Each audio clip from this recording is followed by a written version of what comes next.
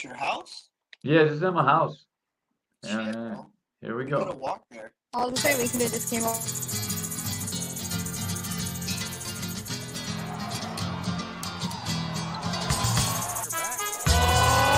Coming from the Caveman Studios in Buffalo, New York. Welcome to Caveman Corner with your host, Jeff. Captain Caveman!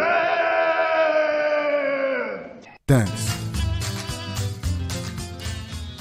Click subscribe and the bell. Do it now! Hello, guys. Welcome back. How you guys doing? Good. How are you? Awesome.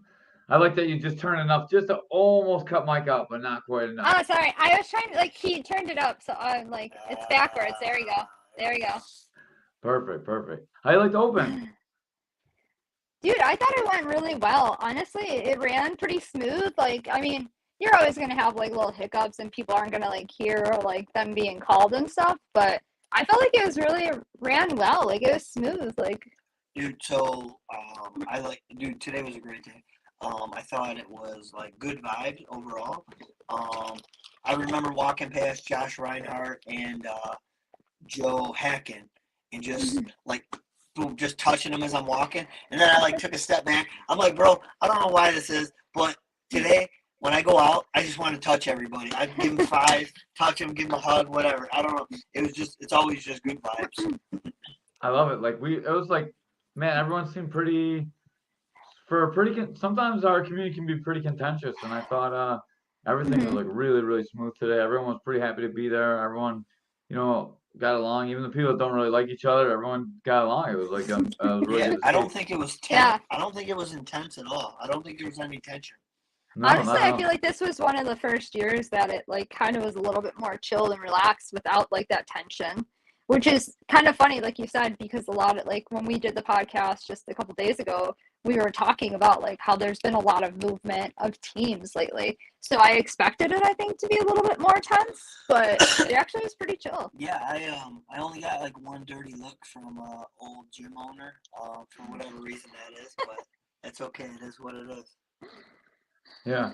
I think probably the highlight for me in the tournament today was watching Matt Flores get his black belt. I was excited to see that. Unfortunately, I was competing and I missed it. Yeah. I was I think me and Kevin or me and Cameron, one of the two. I didn't even hear it till after. It was you and Cameron, Was it because me I and was Cameron? with him because I was videotaping his matches. And then right after, I was like, kind of like, he got done, so I like took a step back and I was by the barrier, and somebody said something to me. I don't even remember who it was. It might have been I don't even remember, Pedro or Dan was like, hey, I think Matt Flores just got his black belt. I'm like, what? I'm like, that is awesome. And then he had just happened to come, like, walking towards me, and I started screaming. I was like, yeah! I'm like, I wish I would have saw. I gave him the biggest hug because I was super happy for him because, like, we had started really close to, like, similar time. So we, like, kind of went through, like, the whole journey together. So I was really excited for him. He's such a good dude. Like, I don't know. And what him and his brother Jose are doing is awesome over at their place.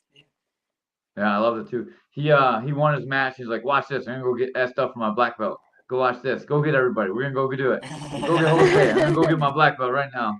That was awesome. It was so good. I was so happy for him. I love him to death. Like we were kids coaches together for a really long time, and man, he's a good person. And no one loves jiu-jitsu more than him. I mean, people can love it equally, but no one can love it more than him. And man, I'm so happy to see that. Yeah, definitely. I think too, like, he just loves teaching, like, so much too. Like, he's all about, like, spreading the knowledge and stuff like that, which he's just such a personable dude. Like, you can't ever hate that dude. Like, I don't think I've ever met anybody that ever had anything bad to say about Matt Flores. Like, I know somebody. really? Yeah. Probably. No, it was about a motorcycle. It was a business deal, but it was fun. Oh. Okay, I thought it was another. Yeah, that dude owes me money. I was like, good luck getting money from that guy. He'll choke your shit out like somebody from my work. I mean, yeah. You guys gave me a dirty look, but I guess No. I know. Oh, I was gonna say, yeah. Yeah, no, I was gonna say I never heard anything bad about him. He's just such a good dude, so lighthearted. Like, he always wants for the best, like, for his teammates, his students. Like, I was like helping coach today, and I was like coaching one of like the female students that train at our gym, and I will say nobody is louder than the crew from Takeover. Like if you are from Takeover, they are the most loudest, rowdy, like bunch. Like the person could be like losing or down, and dude, they are still screaming and shouting. She was like, I couldn't even hear you. I go, I was trying so hard to scream to you, but I was like, I can't like overpower them. I'm like, they are a very rowdy bunch. It's a big advantage too because like it makes you like it gets in your head sometimes when you're competing against. I mean, like not us because we're like pretty experienced, but if you haven't competed very much and you got like 30, 40 people yelling against you, like it's hard to compete against that. It's good energy. Yeah. It's hard to do that. Like WNY used to be like that. I don't really like me personally. I don't really like that much, but Yeah. I'm so happy for them guys. Like it works for them, and I'm actually kind of more motivated to disappoint all those people. To me, I would honestly rather have, like, I told Ashley, there's so many people that told me, what time do you compete? Dude, I can't wait to watch you. I'm like, bro, you're making me nervous. Like, I don't want to disappoint you. I'd rather have nobody watch me, as opposed to like 100 people watching you. I'm like, Yeah. oh, damn. So like, to me, it's motivating, going against a big crowd, I love having that pressure on me. I like it when it's on me. I like Yeah. everyone looking at you. Well, that was like the girl that I faced in Toronto. Like, she's awesome. We're like friends, but she's very well known in that area, and everybody loves her. Like, she's been there forever. We actually got our black belts on the same day together, and I went against her in the Toronto Open, and it was wild to hear like everybody, like, it's like you said, it's a different experience when everybody's rooting against you. You feel like, but as like I don't even care if I'm losing. Like, this girl's not submitting me. Like, I am not giving up, and like I kept going through the whole like match. Like, it is like motivating, but like it's also like it's a different experience. Like, one of our female students won against a female from Takeover, and I like had that pep talk with her before, and I go, I'm gonna tell you this right now. I go, they're gonna be very loud and very like cheering. I go, you just gotta stay calm. I go, it's gonna be like you're gonna feel like overwhelmed with how loud and stuff they are. I go, but they're just like rooting for their teammate. Like, they're a very like proud bunch. I go, just try to like stay calm and do the best you can.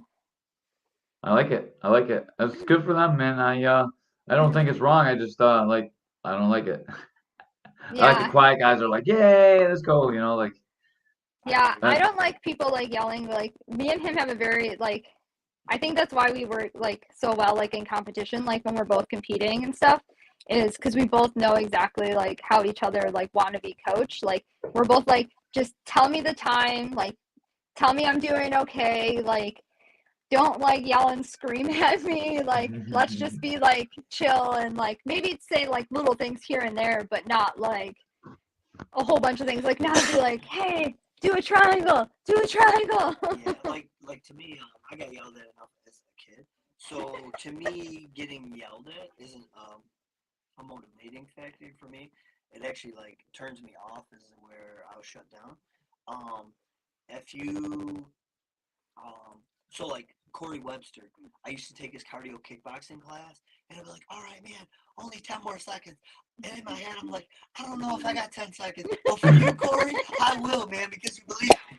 Then I've had other coaches where, I don't know if they came military background, whatever it was, they're like, go, you fucking maggot, you fucking go. I'm like, I can't, I quit, I can't. And I told Ashley, I'm not going to that class no more. I can't get yelled at like that. Yeah. Me, I like I'm them like, both. I guess I'm fine. And yeah, I was just say, yeah, I'm fine in either. Because some days I feel like I need that like kick in the ass where I'm like, I need somebody to be like, no, you're not quitting. Like, you're doing this. And then sometimes like I just need that little motivation where you're like, you're doing good. You're solid. Like, it's cool. So like MMA, right? You fought MMA, right? Before. All right. So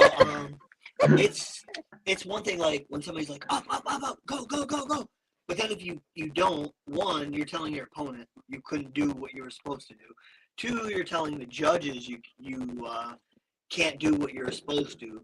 I would rather like be in a bad position and just be like, you're doing great. You know what to do from here. You're good. So then it's like you feel at ease. You're comfortable. And then also your opponent, it doesn't give them that edge. Like when somebody's yelling, get up, and they're stopping you from getting up. You know what I mean? That's just the way I look at it. I like Mm, it. that makes That's a good Mhm. good thought. I never thought about it quite like that. Maybe I shouldn't keep Because screaming up maybe, about. yeah, maybe the Mhm. dude's like, damn, he is comfortable here. He seems calm. Like maybe he knows something from this position that I should be worried about. You know, it maybe gets them to second guess themselves. Me, I like to be calm, like in certain bad positions, and I just want like a nice calming atmosphere. Like I I don't mean, need any more stress. Like somebody throws you in a submission, go, you gotta get out, get out. Oh shit! Then you start to panic. But if you're like, it's okay, you're good, breathe, everything's good. I mean, I did almost want to go crazy when he like shot for a takedown against you. 'Cause I was like, it was so out of character for him, and I was like, wow, like really? I was like, I thought it was a little crazy, but I respected it. Like, but I was like a little like, interesting game plan there. I was so shocked that you shot in at me. I didn't even bump you with my hips. I was like, oh man, See, what's going on? I go Yeah, for I takedowns know. more, That's why I was guess like, maybe I don't go for I was takedowns. shocked too. I was like, interesting game plan, but I respect it. Like, So my first match, I tried a flying armbar. You wouldn't even know that in my head, it looked a lot different. And then I literally just axe kicked Kevin in the head. And I was so I needed to get 90 degrees to my right. I think I was -3 degrees on that thing. I think I went the opposite way. It was bad. So in my head, I didn't know you were going for yeah, that. I watched it a bunch of times. This guy Peter Frank that I really like a lot. So people think I dyed my hair like Gordon Ryan. Like Peter Frank is the man. He's got a highlight reels, Piter Frank, #1 Masters 1 in the world. Just filthy. Yeah, he's got So good. just a highlight reel on all these guys with flying armbars. And I'm like, I told Kevin, I go, I have never ripped a flying armbar in my life. I go, I've ripped flying triangles a couple times, but I've never armbar. But I watched it enough. I was like, I think I could do it. After watching it, it was so bad. Yeah, he was like practicing the grips because we brought out the mats of our house because it was funny because you were just talking about like how much we train at the house and just this morning before the tournament. He's like, I just want to go over a couple things. So we like rolled out the mat and he was like, he's like going over the grip on me. He's like, I think I can hit the flying arm bar from here. And so I thought he might try it, but I didn't know that's what he was trying against Kevin until he told me. I'm like, your butt never even made it off the ground. Yeah, it looked like I pulled guard. I hope you like my commentary on that one. It was actually when he pulled guard. He just watched the video when we went out to eat, and he heard you go, that was a pretty terrible, like, what did he say? Something about the hair. If it wasn't for the hair, that would be a terrible guard pull, was when he thought he went for the flying arm bar. Yeah, I didn't fly much. And then you just hear me, like, laughing and agreeing with you, and I was like, oh. But I'll say it was great to see everyone compete. But on top of that, like the black belts compete, yourself included. Like everyone could just like sit home and not compete. You know what I mean? And just I don't know. Like it's just good to go out there and put yourself out there. Half the people are gonna lose, right? Like somebody's gonna win, somebody's gonna lose. So it's good to see people just go out there. So I was telling multiple people this today. Sorry. There's a quote by Cobrinho, and he says, I don't compete to prove, I compete to improve. So with my losses, even with my wins, I might have learned a couple things, but more so like my losses. With Mackenzie, I learned just not to go against guys that big. No, I'm just kidding. He was good. He was good. He beat me up pretty good. But Got me pretty good too. yeah, I gotta work better on my my triangles. It's like something that I need to pick up. I need to work on. So that's what I'm gonna be improving on. And that's what I'm gonna look forward to, like in the next journey, like working on improving that part. And I'm gonna rewatch a couple of the matches, and I'm sure there's other things. Me and Ashley watched them in the car when we went to the parking lot when we went to eat, and I was like, I could have did this. I was like, right here, I should have done this. How many things was it? Like 5 things? I was gonna say, I feel like that's the one thing we always do because we usually always like one of us will like if we are not competing at the same time, one of us will like film and like that's one of the things like even if we don't film, I feel like we're self-aware enough of like ourselves like after like it's always like the things that you could have done that like we always will like talk about it afterwards, like in a constructive thing. Like we don't like focus on it where it's solely like, oh my god, like we're terrible and like. But I mean, everybody I think has that like feeling when they compete, like especially if you take a loss, like the things that you could have done differently. Where I feel like it's important to have that like thought, and like kind of it's helpful to have like somebody else to mull it over with. Where I'm like he'll be like, oh, like I should have went here, here, here, and then like it's sometimes hard to see all the time when you're looking at it, like when you're the person in the match, but when you're looking at it from an objective, like outside standpoint, like you can see a little bit more. It becomes a little bit more clear. So it's always cool to like kind of bounce stuff off of each other.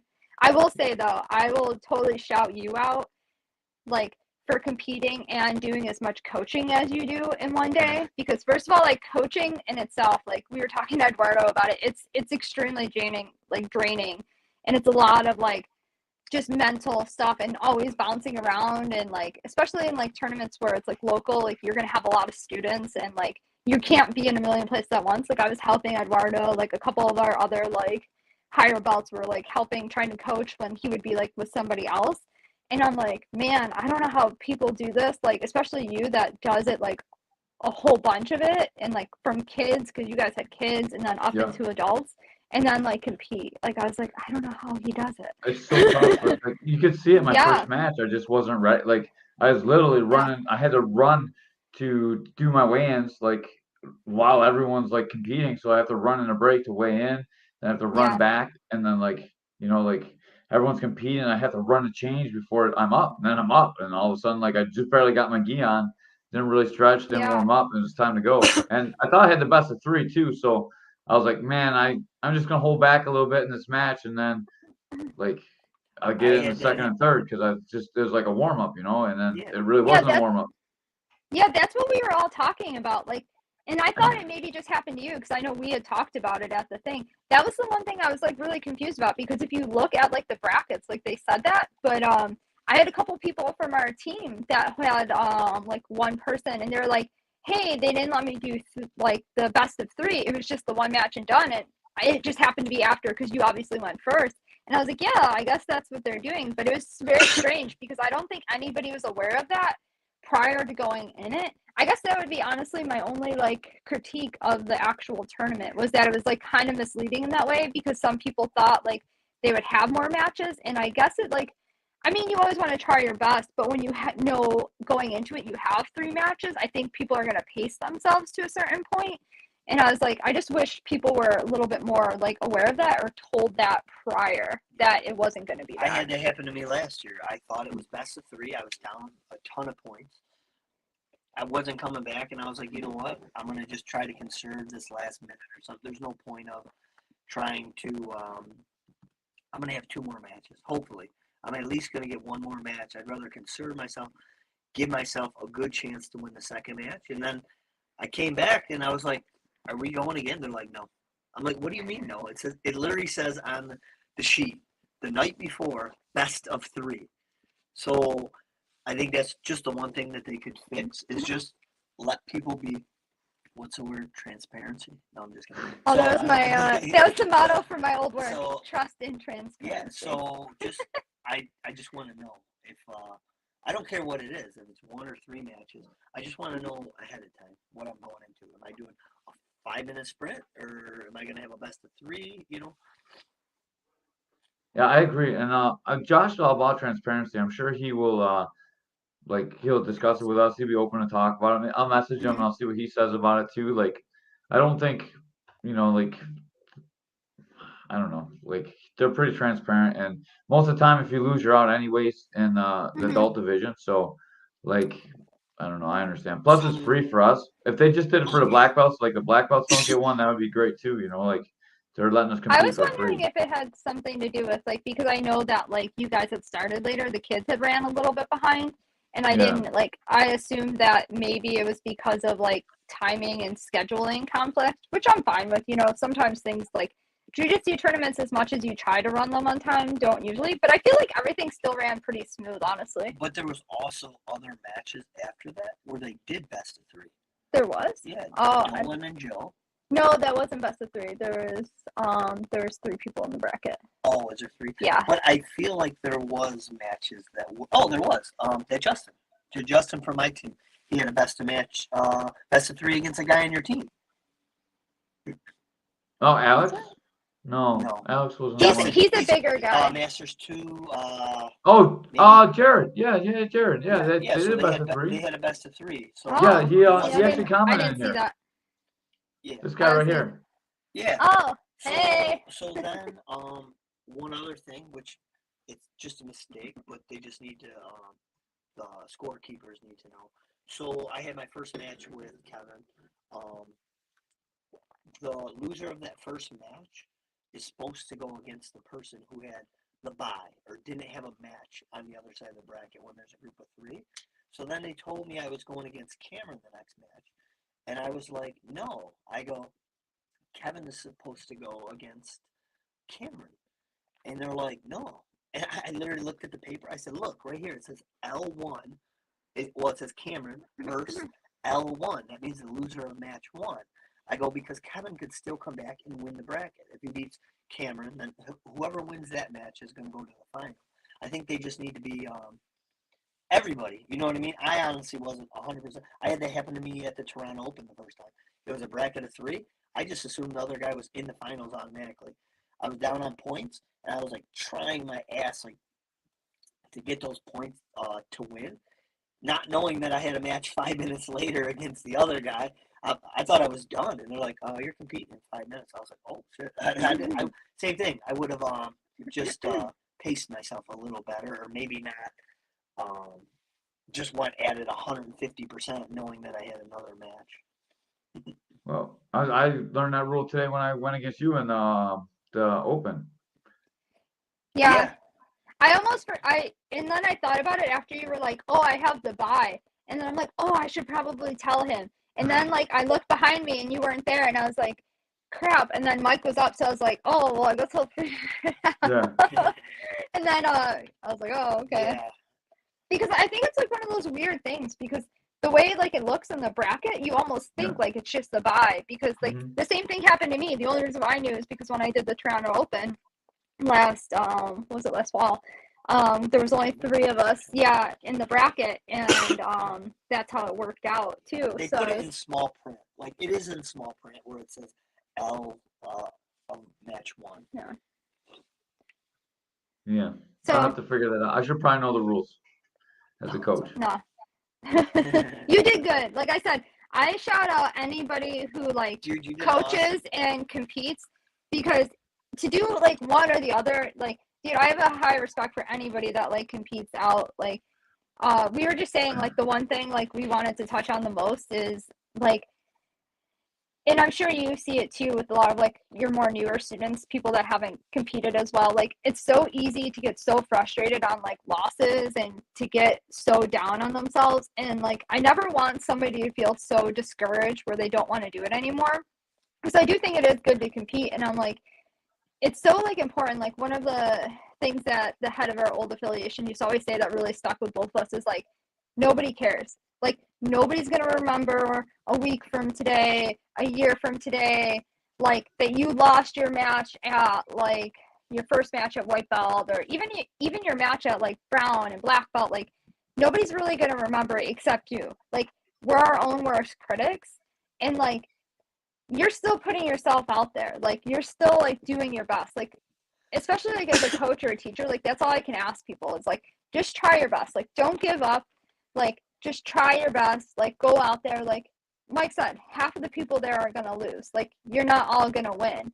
But like it's just like good to know that like, and I think it's just that like thing because we all like put pressure on ourselves. Like you always want to do good, and especially in front of your teammates and the people that like are there to watch you.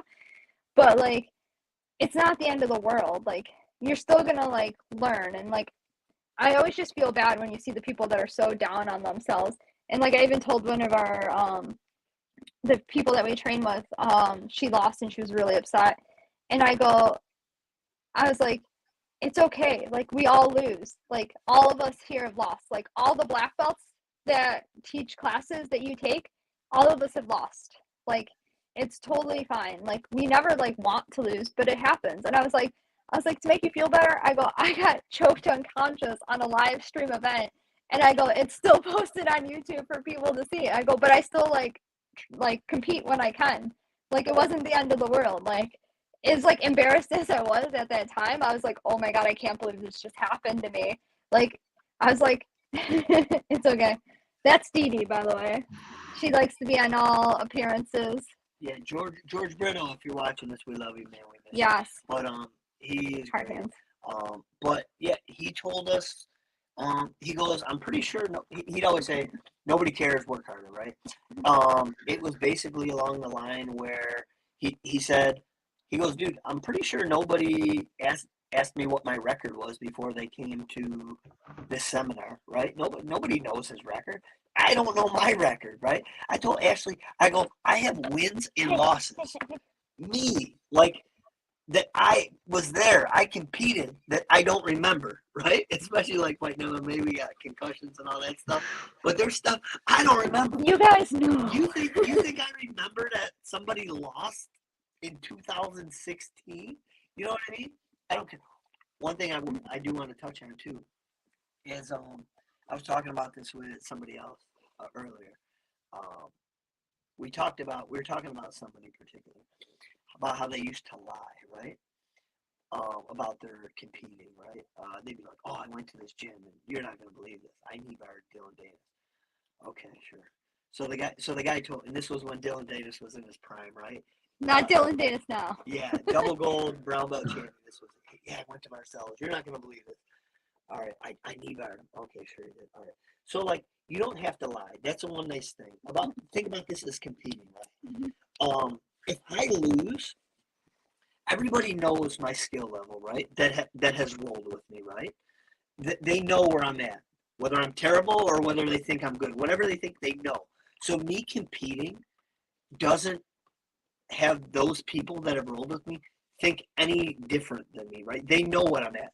So say they put somebody at like a skill level of I don't know, say like a 7, right, out of 10. I don't know, just for example.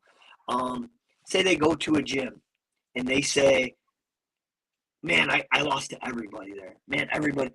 We would know, be like, wow, those guys must be good. If we think that you're like a 7 out of 10, man, those guys must be 8, 9, 10, right? It doesn't change your number, right? But then if you go there and I smashed everybody, all right, well, you're still that same person. Like, nothing changed is going to change our opinion, you know? Like, you're still the same person, where the maths don't lie. We know, so we don't think any less of you, any more of you. Like, just go out and compete. You have to learn how to compete too. It's not just your skill level. Sometimes it's like letting yourself loose on the mats, understand strategy. Like the first match when we talked about earlier, like we're holding back when we, like that's strategy that we've developed over time. Like if you think you have 3 matches, you're gonna hold a little bit Yeah. back. And like that takes time. Sometimes you blow yourself out in the first match and lose to someone that you could have beat, and that happens too. So all my students, I tell them, if you're listening, if you go to a tournament or a seminar, you pay that X amount of money, right? Whatever it is, $8,500, whatever it is. Just try to take one thing from that tournament or seminar. Just try to learn one thing, and then you get to carry that throughout your jiu-jitsu journey, right? So you go to your tournament, and you realize something. Okay, just learn something. Be like, I need to work on my cardio. I need to work on getting stronger. I need to maybe not have as big of a breakfast in the morning. Maybe I need to, the weight class I was in was just a little bit too big. Maybe I should cut down a few pounds. Just try to learn one thing, and then you get to carry that throughout your journey, right? Maybe not cut too much. We were talking about that earlier too. Exactly. Like, that's another if thing. you'd rather Exactly. go against a bigger than a faster guy. Yeah, one thing I used to do is I used to take these nice Epsom salt baths. And I'm never honestly worried about weight. I usually just compete up. I honestly feel like I do better against bigger guys than smaller guys. So I would just take a nice Epsom salt bath the night before to kind of relax my muscles or whatever, and just relax. Think about the match, whatever. But then the last couple times I've done it, when I competed, I felt like I had like really bad cotton mouth when I was competing. So this time I didn't do it, and I felt a lot better. Maybe it was just this particular time, but I feel like the Epsom salt. Or the blonde hair. Yeah, blonde hair. It took added weight out that I didn't need to. It dehydrated me a little bit. In fact, I actually did the opposite. I had 5 pounds to go for division allowance. You know, I was 5 pounds under. I was drinking as much water as I could yesterday, so that way I wanted to feel hydrated throughout the tournament. I didn't want to drink too much water in the morning and then feel bloated. So the night before or the day before, I was drinking as much water as I could.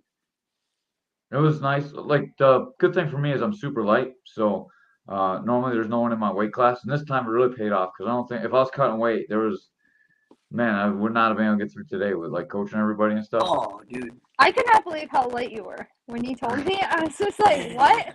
Like, I mean, Jeff's like a smaller guy, but like, you're also like a fit guy. Like, I will say that, like, and I don't even say this because I'm like your friend, and I always tell people, I'm like, I don't know anybody who works like harder than you, like day to day, like just at the gym, working like full time. Like, I don't know many people that are as dedicated to what they do as you are. Like, it's nuts. Like, I really respect it, is what I'm saying. Thank you. I appreciate it. Respect. Cheers me up, kind of. Respect.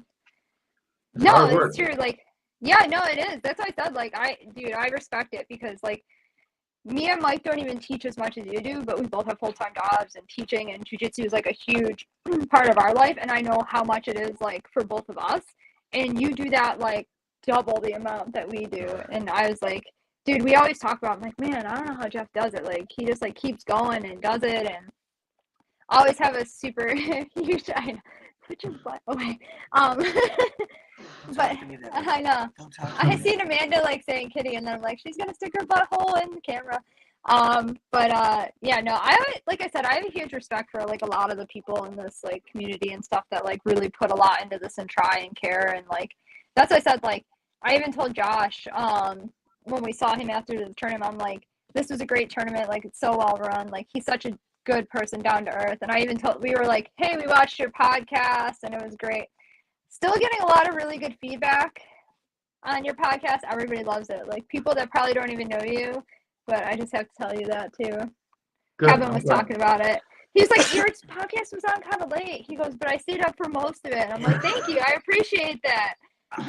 One thing before I forget or whatever I want to touch on is I want to thank you along with the other instructors that are keeping the integrity of the belt in jiu-jitsu. I want people to earn this. I'll say, I can't remember the girl's name. She was one of the girls that we went to the seminar at Buma.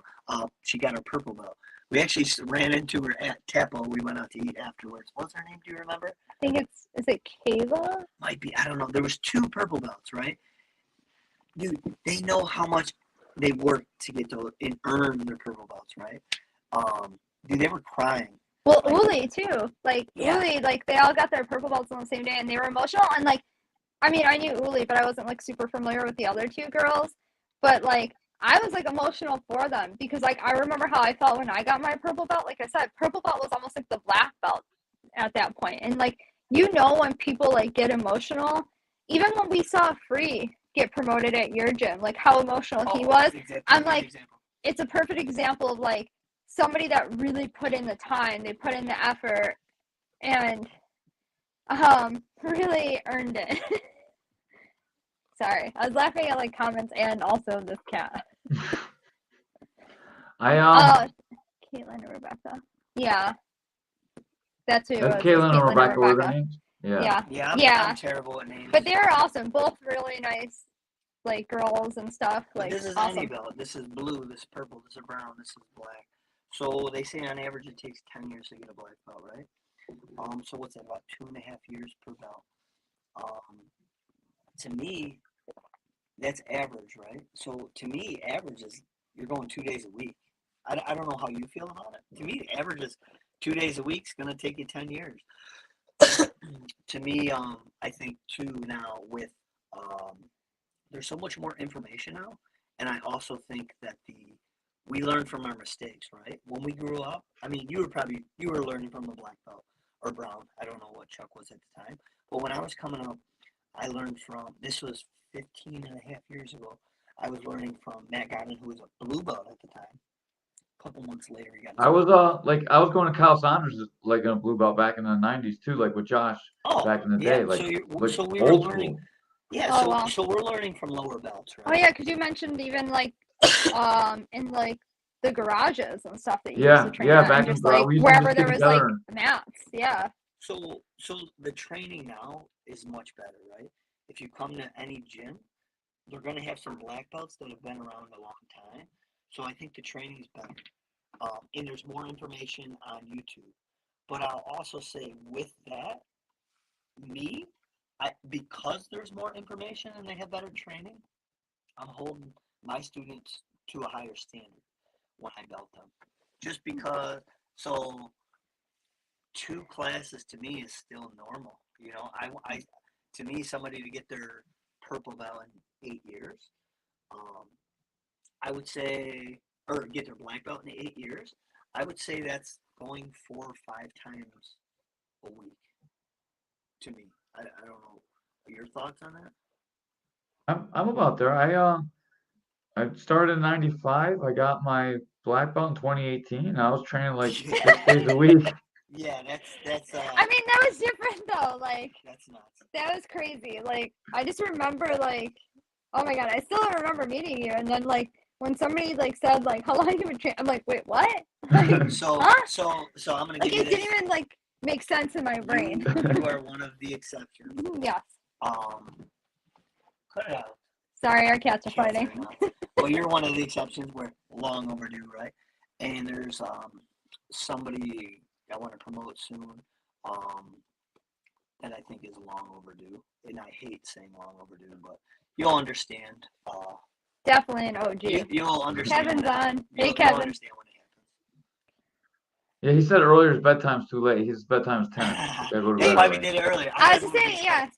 Kevin is like super nice, like one of the nicest dudes. Like he's another one, like one of the nicest dudes like I've ever met, like with training and stuff. Just like super good, like I don't know, like good vibes. Like he's always just so nice and like chill. He always likes Yeah, all he of my rooted for cat Mike. pictures. I mean, I needed it though. To be fair, I needed it. You were winning, so It's you an were help. already at It's an an help. advantage. It's an help. Like I said, I should have like just switched sides and then rooted for Yeah. you and be like, Mike's takedowns are trash. I feel like Don't let him take you down. he might have been double agent for all I know. True. If he's It's telling you not to take like you down, he was. I was Yes. gonna say, yeah. I was gonna say, The you've hell probably was known Kevin What the for a hell really was long. that? No advice to take him down. The hell advice is that? Kevin was me and Kevin went on from blue to I was there at purple, but we went through blue to purple and like we started together, we trained together, we fought together. He was kind of soft. Kevin, if you're still watching, you were soft at one time we cut weight in the sauna and I had to like carry you out. But other than that, you're a tough ass dude. Dude, I'm not even gonna hate on him because like I like will not like cut weight for like jujitsu or anything. Like I'm very much like I'll like suffer for a couple months and diet down and try to do it slowly because ask it like I tell Mike I go I'm such a little baby. I don't like being like overly hot and like sweating. Like I'm dying. Like I did it like once like years ago when I competed, but I was just like, oh, dude, I'll like just suffer for a couple months and eat super clean and try to work out more. But yeah, like sweating in a sauna is not my thing either. I would be just as Yeah, bad. Kevin's not very good at it. You didn't almost die. Bro, you had a lot to So, go. You should have been fighting 35 like Pat. You could make it, no So problem. I'll ask. Yeah, right. I'll ask you this. Personality. All right. I was just reading the comments. Yeah. Oh, so- Jason. Oh, Jason. We love you too, buddy. I don't Got know nice hair. if this thought has ever crossed your mind. So when I was cutting weight, there would be a point where I did the Epsom salt, I do the steam room. Was there ever a thought in your head when you were cutting weight? This happened to me, where you were just like, you know what?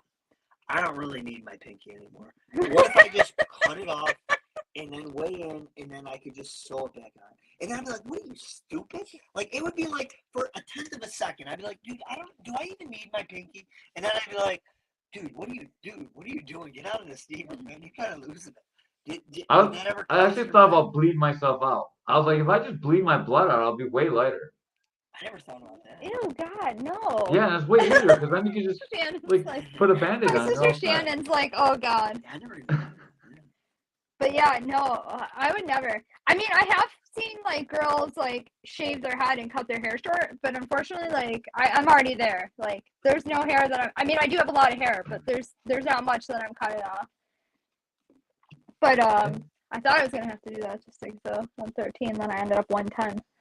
So, like, I don't think it's really all that wise to cut for these tournaments specifically because, like, you weigh in, then you have to compete right away. So it's way different. You know, like here you can't rehydrate, so cutting all that water out is gonna hurt you. It's not like a fight where you cut weight and then you weigh in, you rehydrate, and you fight the next day. This is like Oh you're yeah, going that's right what up. So don't we tell if you're people listening that to all us, the don't time. do any of these cuttings for jujitsu. It's not the right Yeah, keep it right easy. thing. Yeah, no, we tell I- people that all the time. I was Like, telling one of my students yesterday. He was asking me if I cut weight, and I was like, no. I go, if anything, I'll diet a little bit. I'll try to get in better shape. I will lose. I'll lose. Ashley or Amanda's got your back.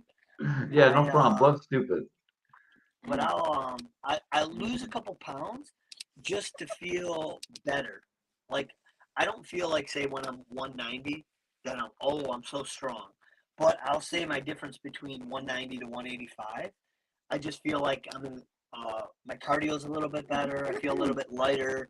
I feel a little bit more flexible. I can move better. So I feel like the 5 pounds that I'm giving up actually helps me. So I'm not losing weight to like get in a lower weight class. I feel like I'm losing it just to feel better during the tournament. Yeah, I feel what the I was same saying, way.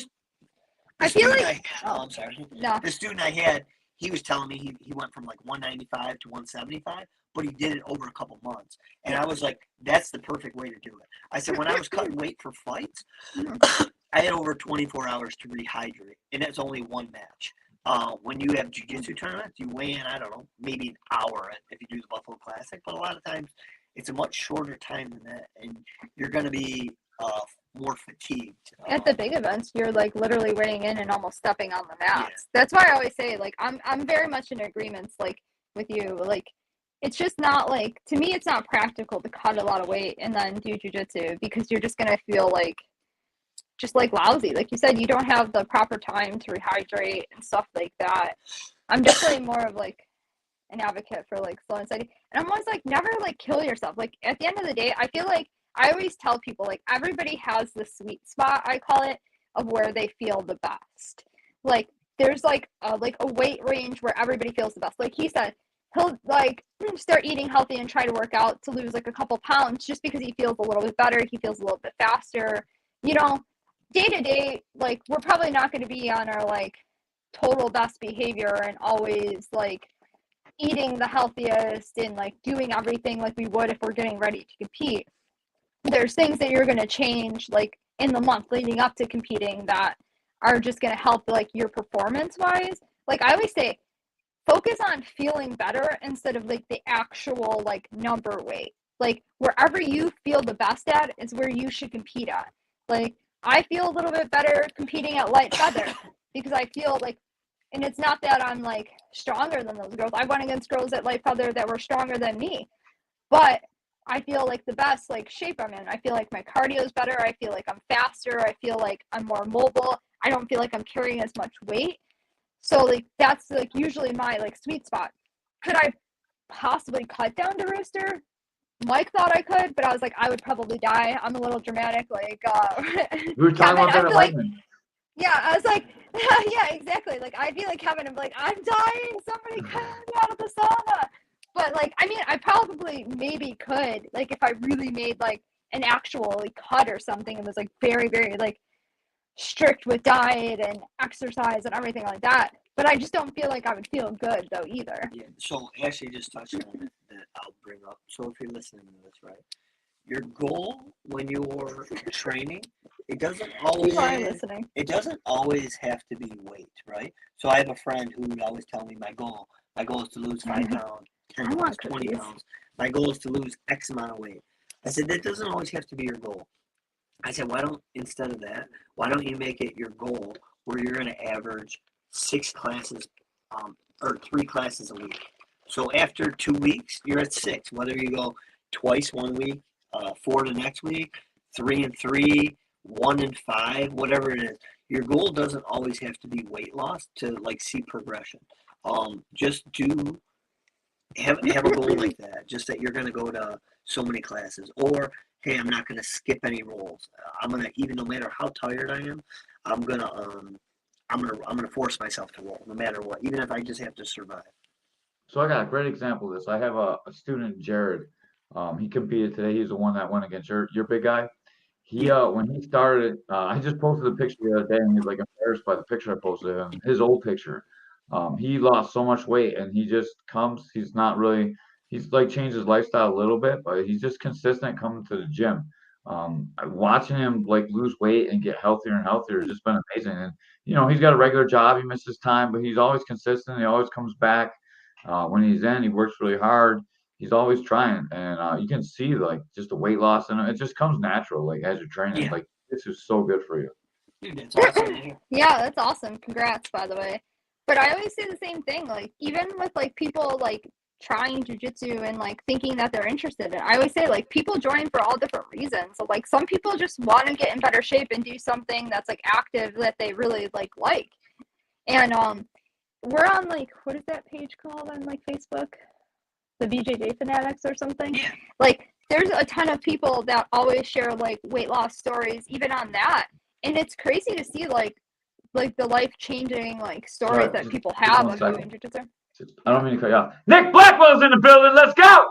Sorry. What was All right. that? One of I my can't see it. students. Yeah, I like the comments come so small, like so I'm like trying to go like this. I'm like, people are probably like, what is this weirdo doing? Yeah. All right, go ahead. I'm sorry. I didn't mean to cut you off. I got a shout. Nick Oh, no, Blackwell. He you're just had a fine. baby. Congratulations, Brett. Oh, congrats. You have to. Yes. I mean, Amanda, it's Jeff. I always say, like, Jeff was always like, nobody made me feel more welcome in the gym besides Jeff. Because he'd always be teaching the kids class. He'd be like in the middle of like teaching, and then he'd be screaming at me as I like walked in the door. And I was like, everybody needs like a hype man like Jeff in their life because he's gonna make you like feel good. Like I can go anywhere. Like I'll be in Wegmans and he's gonna shout my name from across the room, like Ashley in the house, and I'm like, yes, I am. Like it just, I don't know, it makes you feel good. Sometimes you need those people. You definitely do. And you're like one of those people now. That's your job now. Like you make everyone smile and be happy. That's great. That's why they like I your know, I podcast. try. I know, I was like so self-conscious and I was so nervous leading up into it. And I was actually like talking to Josh Reinhardt today, and I go, I'm so nervous. And I go, I don't even know why I was so nervous. I go, because Jeff's my friend. Like I talk to Jeff all the time. I'm like, he's so easy to talk to, and I like am so trusting of him. Like very good dude. And I go, once I like got into it, I go, but I was just so worried that I like rambled and like sounded bad. And then like I got such like positive feedback from it, and I was like so shocked. And it was so cool to like hear all the people. Like we went into the gym the next day and people were like, oh, you're internet famous. Like we watched your podcast. I'm like, oh, thank you. I'm like, I appreciate it. And like a lot of people like actually liked like just hearing the story of even like me going from like white belt into black belt and like kind of understanding like the journey, because I think it's like hard for people to really understand. Like a lot of people know us, especially because I am new to the gym that I'm at, and like of course I know the guys that are black belts and that have been training for a long time, like they kind of know, but a lot of the newer people don't really know a ton about me and don't know even like about Mike. Like they don't know a lot of things and specific things of like what it really takes to get to there. So people really have like good feedback, and people really love you too. I think you like made it, but I was just a part of it. No, you definitely made it. It's always the guests that make the podcast. I'm just here hosting it. I always thought when I started, I had no idea what Chuck was thinking, what his life was like, and I always wondered, like, man, he's a black belt. What does he do? Like I thought he was like a magician because he's the first black belt I ever met. Now there's a lot more of us, but Like our Yeah. students don't really know us, you know what I mean? Like you watch a podcast and like you sit down, like I know you feel like you're part of whatever podcast you listen to, you feel like you're part of their life.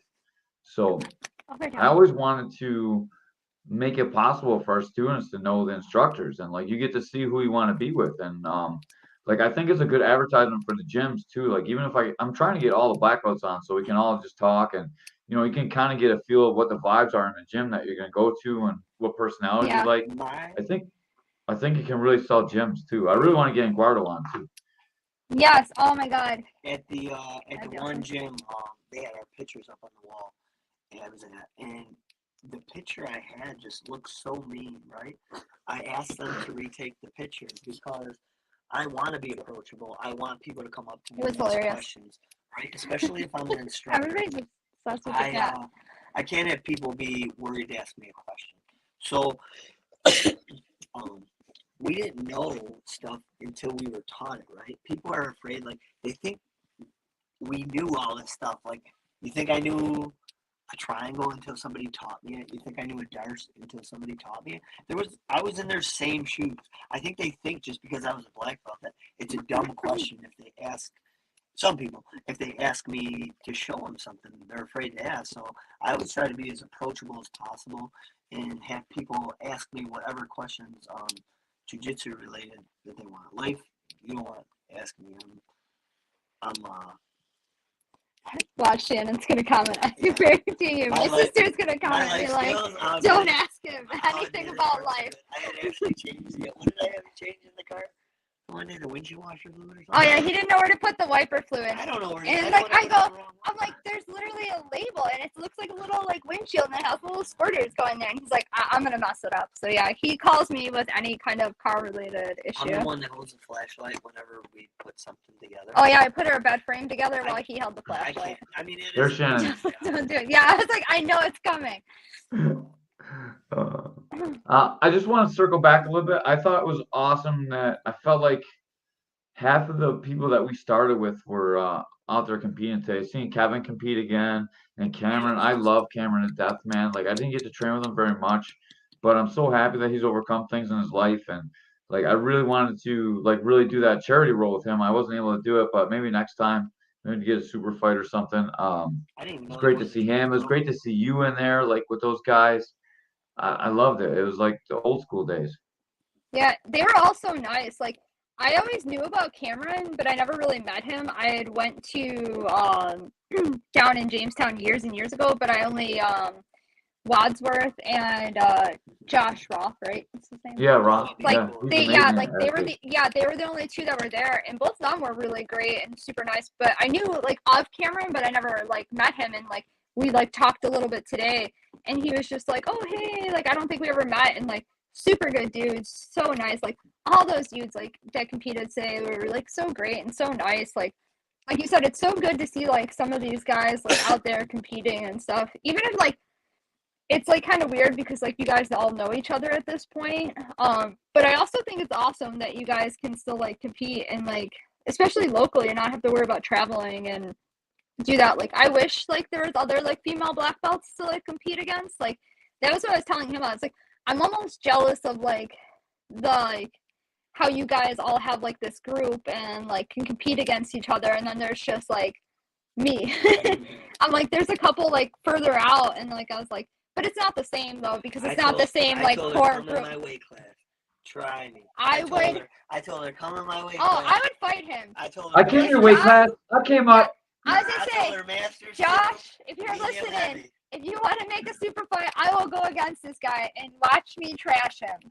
Like, So, with what you're saying too, or with what Ashley like, respect to the people who are competing. I made a post about this after the Toronto Open, right? So I think it's just a respect thing. So anybody who goes out there and competes, much respect to them. So my example that I use is there's a lot of people with 26.2 on the back of their bumper, 13.1. Nobody asks them what their time is, right? Nobody's going to think any less of them if it took them 8 hours, 15 hours, whatever, when they did the marathon, right? Or half a marathon. It's just respect that people see that and We'll make it happen. Yeah, they just have admiration or respect for somebody who went out there and did something they didn't have to do. They don't have to prove nothing to anybody. People giving Mark Zuckerberg crap about competing in jiu-jitsu. Dude, that dude has nothing to prove to anybody. And he went out there and competed. I don't know if he's competed multiple times, but from what I saw, he went out there and competed. You know what I mean? How can you not respect that? I just told someone the other day that Mark Zuckerberg would kick their ass. I forgot who it was, but I was like, dude, he's out there competing in jiu-jitsu. David Whitman? Oh my God, stop. No, he definitely kicked David Whitman's ass. Everybody loves the cat. She's like the fan favorite of this podcast. Yeah, I'm gonna make my dog get in these now, except he's too wild. He'd be eating the speaker and stuff. I was just say I do love your dog when we met, but he is a little wild. He's a crazy dude. I tried having Don King Lily get a MMA match, Vail versus David Whitman. I tried that, but it never went to fruition. I got a grappling super fight with him in the cage at I was there. Yeah, wherever it was, I forgot now. Somewhere in Lockport. Was it in Lockport? It had to be at the Keenan. Oh no, it wasn't Lockport. It was Batavia Downs. Yeah. Oh, it's probably ground where force you one. had like the one in the cage. Yeah. Dude, I like that ground course. I actually had a super fights thing, and then it fell through, which kind of sucked. I put a lot of work into that. I think I had like 17 or 18 matches confirmed. That's a lot of work. Like, it wasn't like, hey, you want to do this match? Sure, boom, good to go. No, it was like me being the mediator, talking back and forth. Not even counting the countless people who I messaged, talked to, and I couldn't find a match or just declined. It was a lot of work, so that kind of sucked. But I did have a good time. I was upset when I did win my super fight at grappling or ground force, and I didn't get a belt. That was like the nicest belt that ground force fights won, and I didn't get one. I was actually more nervous about winning that than I was the match, because I was like, man, I want that belt. It's so nice. You and those belts. Mike's got a lot of belts. Mike's The only prescription is more cat. We have a lot of cats. So we can show you all of them. I have 7. 4 of them are pretty heavy, but I was talking about cats. So I was looking at Kevin's comment. Now your belts. Yeah, he tries to like wear those belts randomly throughout the day and like random times. I'm like, no. Yeah, I told you I went out with Don I told you that I went with Don King Lily in Mix. We watched where was it? The Warehouse? The Warehouse in somewhere near Hamburg or whatever. And it's like kind of like we're mile strip. I sent him a picture. I said, listen, I'm not coming underdressed. I had my two TNT belts. I said, I ain't coming under prepared. They got 5 cats too. 5 cat club. Yes. Oh my God, you guys just gotta stop with the animals. At least there's a pandemic, you can eat them. Dude, I guess that's not. Oh my God, I would never eat. I would starve to death before I eat a cat. I'm a vegetarian, so I don't even eat like any animals because I just like I couldn't do it. Like I don't know. Kevin, we have 2 strollers for our cats. We do. We take them for walks. We're like really like cool. We're gonna like stroller them by Jeff's house one of these days. Like, hey Jeff. So sometimes we'll see people with strollers and we'll look inside. Oh my God. Oh, it's kids. Never mind. Yeah, we're not. Then we just keep walking. We're not really kid people. We're hoping Although kitties. I was gonna say, people always think we hate kids. I don't like hate kids, but I'm just a more like pet person. Yeah, I'm just. Kids are a lot of work. They're just fun to look at. Like you can watch someone else's kid and send them back. Yeah, I love my nieces and nephews. Like, it's awesome. Like because like I used to watch them. I'm super close with them, and then like kind of like you said, give them back. I actually saw your kid the other day when I got my hair done. He was Forrest, and I can't believe like he had like he's got a girlfriend. Yeah. Oh like, yeah. Oh my God. Can I say You that went to on prom like the last podcast? night. I was gonna say, can I say that on the podcast? I don't want to Yeah. be like that person that like blows the spot. But No, I he knows. was like, because he goes to my friend Shannon who does my hair, and I was like, oh my God, I'm like, he's got a girlfriend. Does Niall go to the same school? No. Niall, Fortunate he went to City, prom. Niall went to the prom too. Niall's What prom the- king. He had the How are crown and these kids- everything. I know, dude. How are these kids that old? I know. I remember. Okay. I thought they were like 7th, 8th grade. I loved when like Niall like joined like jujitsu, like regular adult jujitsu, because he was a little too old for like and like bigger for like the kids class. Because at one point he was smaller than me, and I was like, yes, finally. And then he got like super big all of a sudden. Even your kid, like Forrest, got like way friggin' taller and sprouted up. And then I'm like, dude, now the kids are bigger than me. And then now it's like, you're not gonna just ragdoll me anymore. And I was like, man, this isn't as fun anymore. Dude, now he used to talk all the smack to me. He's like, yeah, I had my birthday. I had a cake with me arm around He it." told my I'm dad I'm that. like, what? And then he got all embarrassed. His dad's like, oh, isn't that your girlfriend over there or some shit? Like, Oh yeah, I saw him after a Bills game the one time I went to with my dad at this pizza place, and all Niall did was talk crap about Mike to my dad, and it was the best thing ever. My and your dad dad's loved probably him. jumping in on it. Oh my god, my dad Her loved dad- Niall. Her dad talks all this trash on me. I mean, that's true. Man, Niall's way bigger than me now too. Just so you guys know, they're all bigger than me. Forrest is bigger than me. Everyone's bigger than me. Sucks Yeah, me all the little, I kids understand. like that you first started teaching, they're all like little adults now. Like even Bio, like we saw his daughter at the K4 fights, and he's like, yeah, she works, and like I was just like, I couldn't believe it was her. Like it's just I don't know, these kids they grow up and it's a little So nuts. I wrestled like a month ago, maybe more now, and there was this kid that was coaching, and he came up to me. He's like, "You remember me, coach?" I was like, "I don't know. I coach a lot of people. I thought I coached him in jiu-jitsu. Like I coached him in wrestling when he was 4. He's got to be Oh my god. like 28 or 29. Like I was like, "Oh Well, that damn, means you man." haven't changed then, right? That means you haven't changed if he recognized you, right? Yeah. I feel like Jeff hasn't changed. I feel like you've looked the same for like since I've known you. I will just say grayer. today I had about between 5 and 10 people who came up to me, Mike. I don't know who they were. Like they look super familiar. I no idea, but I was like, yeah, bro, it's good to see you, man. Yeah.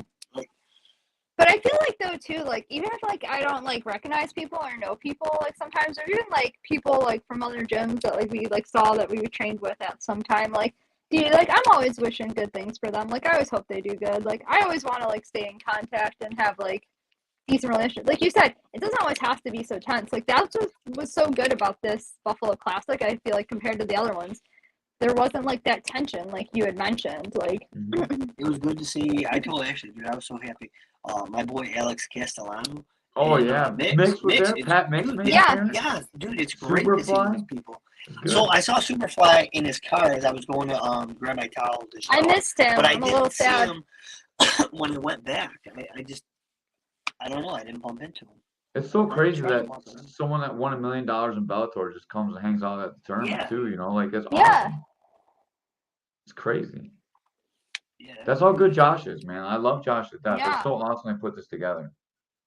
Yeah, he does so much work. Like I said, it's like I don't think people realize like people don't even realize like how much work goes into like teaching. They have no idea how much work goes into actually like organizing a whole tournament. Like he does so much work and puts so much into this in the community and stuff, and like I don't know, he just does a lot of stuff. Like I always like praise Josh. Like he like does so much, and he's just kind of like quiet about it. Like he never like asks for praise, and like just as like quiet and humble as like they come and just does it. And He so Josh is the first person that I ever saw win the absolute division at Fredonia. I remember he had a lucky gi on. This had to be in 2008. And he won at Fredonia, and I just remember, wow, that is the best guy. He was a blue belt, and I was like, wow, that is the best guy in the tournament. And then I remember Nogi lost him like a 10th planet guy. He got like a shitty call, or I remember there was some kind of controversy to it. But yeah, that's the first time I met you. I didn't introduce myself till I think a few years later or whatever. But did you say your name was Jeff? no, but that was my first experience with Josh. I remember him watching Win the Absolute at Fredonia. So the first time I ever met Mike, this is the funniest story Yeah, ever. I was gonna say we gotta tell this story. Mike walked up to me and he shook my hand. He's like, "Hello, my name's Jeff." I was like, "Hey, Jeff, it's nice to meet you. That's my name." No, he's like, "No, my name's Mike." That's true. See, so for those who like saw Mike's comments on my story about how awkward he was with me, that didn't believe me, you just heard it from Jeff too. Like, It happened. That was at that fight where you smashed. I can't remember his name. That kid with all the muscles. Yeah, I won't mention his name, but Yeah. Dude, that's like probably one of my like favorite athletic accomplishments. I have a couple in bowling that Is I'm it the one pretty I'm proud thinking of. of? Yeah. Yeah. But so the video just got re-released. They sent it to me. It got deleted off of YouTube for whatever reason. But the guy who posted it sent me you're right, Kevin. Sent me the video. And I tell people that in the video it didn't do it justice how loud it got. Like, dude, he came out with a whole crew. I had a ton of people, like, of his crew talking smack to me on my way to the ring or cage. Like, it was wild. Going into that fight, I was literally just talking about that. Like, it's great when people are saying, oh, like, you had to sell tickets. So it's like, hey, I'm fighting. Do you want to come to my fight? I got tickets. Who are you fighting? Show them a picture. Oh, that guy? You're going to get killed. Like, why are you doing that? And I'm like, in my head, I'm like, maybe I might not win, but I know I'm going to do a lot better than people think. So it's great to, like, win for the people that support you and stuff like that. But it honestly, like, feels even better, like all those people that told you were gonna lose and get smoked and you're gonna get killed. What is that? Like, it felt even better to just stick it to those people. You know what I mean? I was a little bit worried for you, but I wasn't as worried. I didn't think you couldn't win. I just thought like I was a little nervous on the feet. Like he was a big dude, and as soon as I hit the ground, I knew you were gonna get him. So that first guillotine I had him in was so tight. I have a pretty good guillotine, and even looking back on it, I'm like, dude, I had my chin right on the back of his neck right here. You couldn't see his neck at all. I had my elbow pulled down. I had that tight. I don't know, dude. If you see the muscles in his back, in his shoulders, I don't He know. was huge. Like, yeah, I'm still interested to this day what he weighed. Um, but dude, honestly, from Just the so everyone weigh-ins, knows, he missed weight too. yeah, he made. Yeah. They said he was supposed to fight around once. They said we're supposed to fight at 155. Don asked me who's representing you, and I'm like, represent what? We already signed everything. And Don's like, well, he's around 160. I was like, well, what is around 160 mean? And Bubba was with me. He's like, well, tell him to run around the fucking building. And he's like, dude, he's been here since I forgot what time, 12, 3 o'clock, whatever time it was. He's like, he can't sweat anymore. I was like, okay. I mean, so if that's true, I don't know what around 160 is. What is that? 161, 162, It means there's a 170. 60 in it. Yeah, I was gonna say he looked big. so Like, then we get to the weigh-ins, and the whole time I was seeing his pictures on Facebook, and he was jacked. He was big and muscular. And I'm like, okay, this guy's got to be 5'5". And then when I get to the weigh-ins, he's almost as tall as me, but he is pretty sunken in. The day of the fight, he looked like a different fighter. He completely looked like a different person. I'm like, dude, did I fight the same guy that was at weigh-ins last night? But yeah, it was pretty wild. But dude, the noise, like, I feel like doesn't do it any justice. Like, it's just like the volume got turned out when I finished the submission. It was pretty cool. That's awesome. That was a great fight. I want to circle back to one other thing. Promotions. What do you think about promotions? What does it take to be a blue belt? What does it take to be a purple belt? What does it take to be a brown belt? What does it take to are be you a black asking belt? both of us or just one Yeah, of us? both of you guys. I'm the same way, like as him. I think that's like where we agree. Like, I don't know. Like, I would say I'm a reasonable, like, I have reasonable expectations, but I'm definitely a little bit like harder on people. I feel like I don't know. It depends. Like, I mean, I know different schools do it differently. Some schools test, some schools don't. I see both ways. Like, I'm not like, I don't think there's one better way than the other. Like, I do feel like testing does have its value because you can really see like what people know. The only thing about testing sometimes is people that necessarily don't know it super well can kind of like cram just like you would for an exam in school and just like kind of like get through the testing to get to that next belt level. I guess like I don't know if this is popular opinion or unpopular opinion with me. I don't necessarily think competing should always matter for belt promotions. I think it should have like maybe a part in it, but some people like compete well and they're really good at like certain types of tournaments or certain one thing, but they're not really knowledgeable and well-rounded over like everything. So I don't think that that's always like a super, I guess, like correct thing to like judge people on. I think it can be a part of it, but not like the whole thing. Just because I know some people that even don't compete as well, but they're really good. They're very knowledgeable. They know the moves, they know everything, but maybe like for whatever reason, like you said earlier, there's so much stuff that goes into competing. Like it's a lot more stuff than just knowing jujitsu and knowing what you're doing. Like it's a lot of mental focus, a lot of things going on. And sometimes you're just going to have off days, even if you're really good, you know? Even the best people lose. But I would definitely say I'm a little bit more of like a somewhat tougher grader. It really depends. Like the big thing for me is mat time. Like mat time is the biggest thing for me. Is like I look at somebody that shows up consistently time and time again, and you know they're willing. The willingness to learn too is also a big thing for me.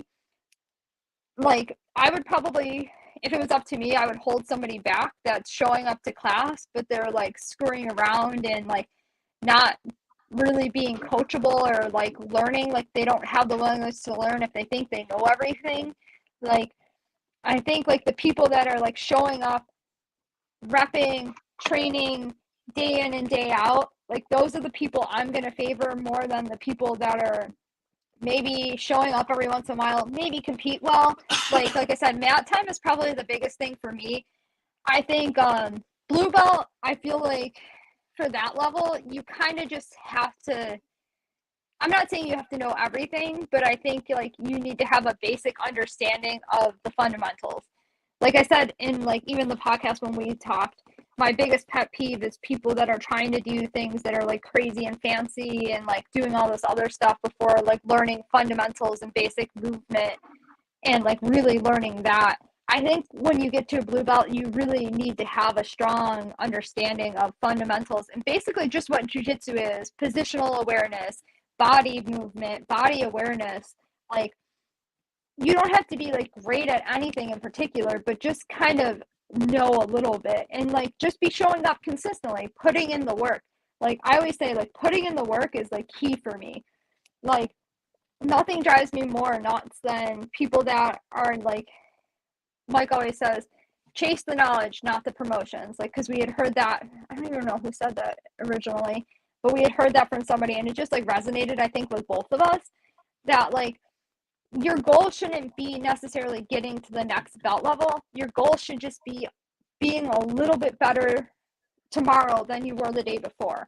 Like everybody's on their own journey. Like just focus on yourself and like getting a little bit better and learning. Like learning is key. Like don't try to rush it, because sometimes I feel like when people are promoted kind of prematurely, I feel like it's almost more discouraging than it is encouraging, because then if they go and compete and they get totally like manhandled or they feel like they don't know anything, I feel like those are the people sometimes that are just going to stop showing up. They're not going to come back, like because they're like frustrated with themselves and they realize like kind of like what they don't know, or like even rolling in the gym. Because the thing is, anytime you get promoted, the higher belts that are there are going to bump up how they're rolling with you time and time again. And I'm sure you probably do it even as a coach. You're going to roll completely different with somebody that's a white belt than you are against somebody that's a purple belt. You're going to come down to a level and challenge them. Like, so any belt that you get, the people that are above you are going to challenge you more and more and more. So I always say to like even with my own personal promotions, I always said I never wanted to be promoted unless I can like feel like I can be competitive with people at that belt, like, or just know enough and be like knowledgeable enough to know enough. Like I never wanted to be promoted to the next belt just to say, oh, I'm a purple belt, or oh, I'm a brown belt. Like to me, it was more important about like the work I put in and it, and like trusting in my coaches to think that I was ready for it. Like I think like that's what's kind of great with jujitsu is because like they always say the mat doesn't lie, and like when you roll with somebody, even if it's just at the gym, you're gonna kind of understand what people know and what people don't know. You're gonna see it, especially at the gym. I feel like you see it more because there's really no nerves there. You're gonna understand how people move and like the things that they know compared to the things that they don't know, and I feel like it's kind of good to judge that.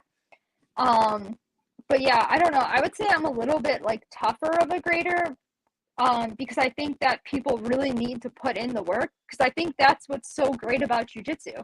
You're not going to get your black belt in 6 months. Like, you're going to have to work for it. And I think that, like, I know for me, like, because of the fact that it took me a long time and, like, I worked for it and really put in the work. Like he was saying, when we watched those people get promoted at Booma at the Theo and Davey seminar, they're so emotional because they know that they work for it. You can see the work that they put into it. And I think that's like the kind of beautiful thing about jujitsu is like really working for it. That man right there Hey, worked for Bree. it too. Oh my God. I was so happy for him.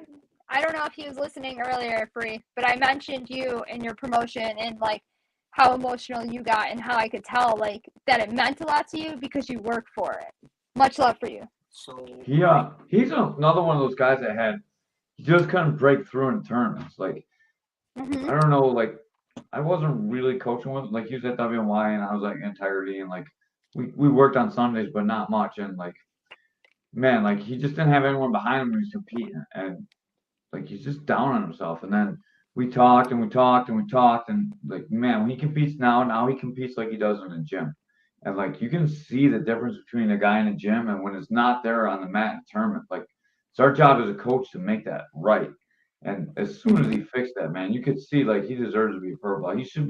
He did really good at blue belt master like man I love that guy to death he deserved it a while ago but like he had to earn it for me like some of the guys I train with that I want to promote aren't even my students. So there's a lot of legwork to do this. So like I'm not going to step on anyone's toes. So like I had to work it out with Dub and then make sure that it was okay with Dub. And then like, like for I have another guy, Joe, who's like I'm thinking about purple like is close to. So like I gotta talk with Brandon and like man, there's a lot that goes into promotions. And if you're not getting a promotion, your coaches are probably thinking about you. Like if you're sitting there like, oh man, when am I gonna get promoted? Like sometimes it's tough for us too. Like I really like when we were at WNY and we had the black belt thread where we talked about everybody. Like remember that, Mike? I thought that was awesome because we had everyone's input on that. true. And We actually like just talked about that the other day. yeah, me alone it's like difficult for me sometimes. Like I want to promote Derek, so I talked to Dub, and if he wanted to fight, I was gonna promote him to blue. Like he's been training since like 2016, 2017, but he never trains in the gi. What do you feel about that? So I mean, I, I think like if you want to be promoted in the gi, you should probably wear the gi. 10th Planet, they do no gi, but I've also seen MMA fighters get promoted. Obviously I don't see their training camps, how much they're training in the gi. Some guys I don't think train in the gi.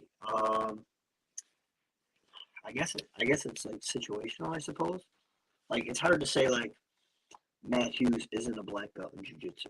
You know what I mean?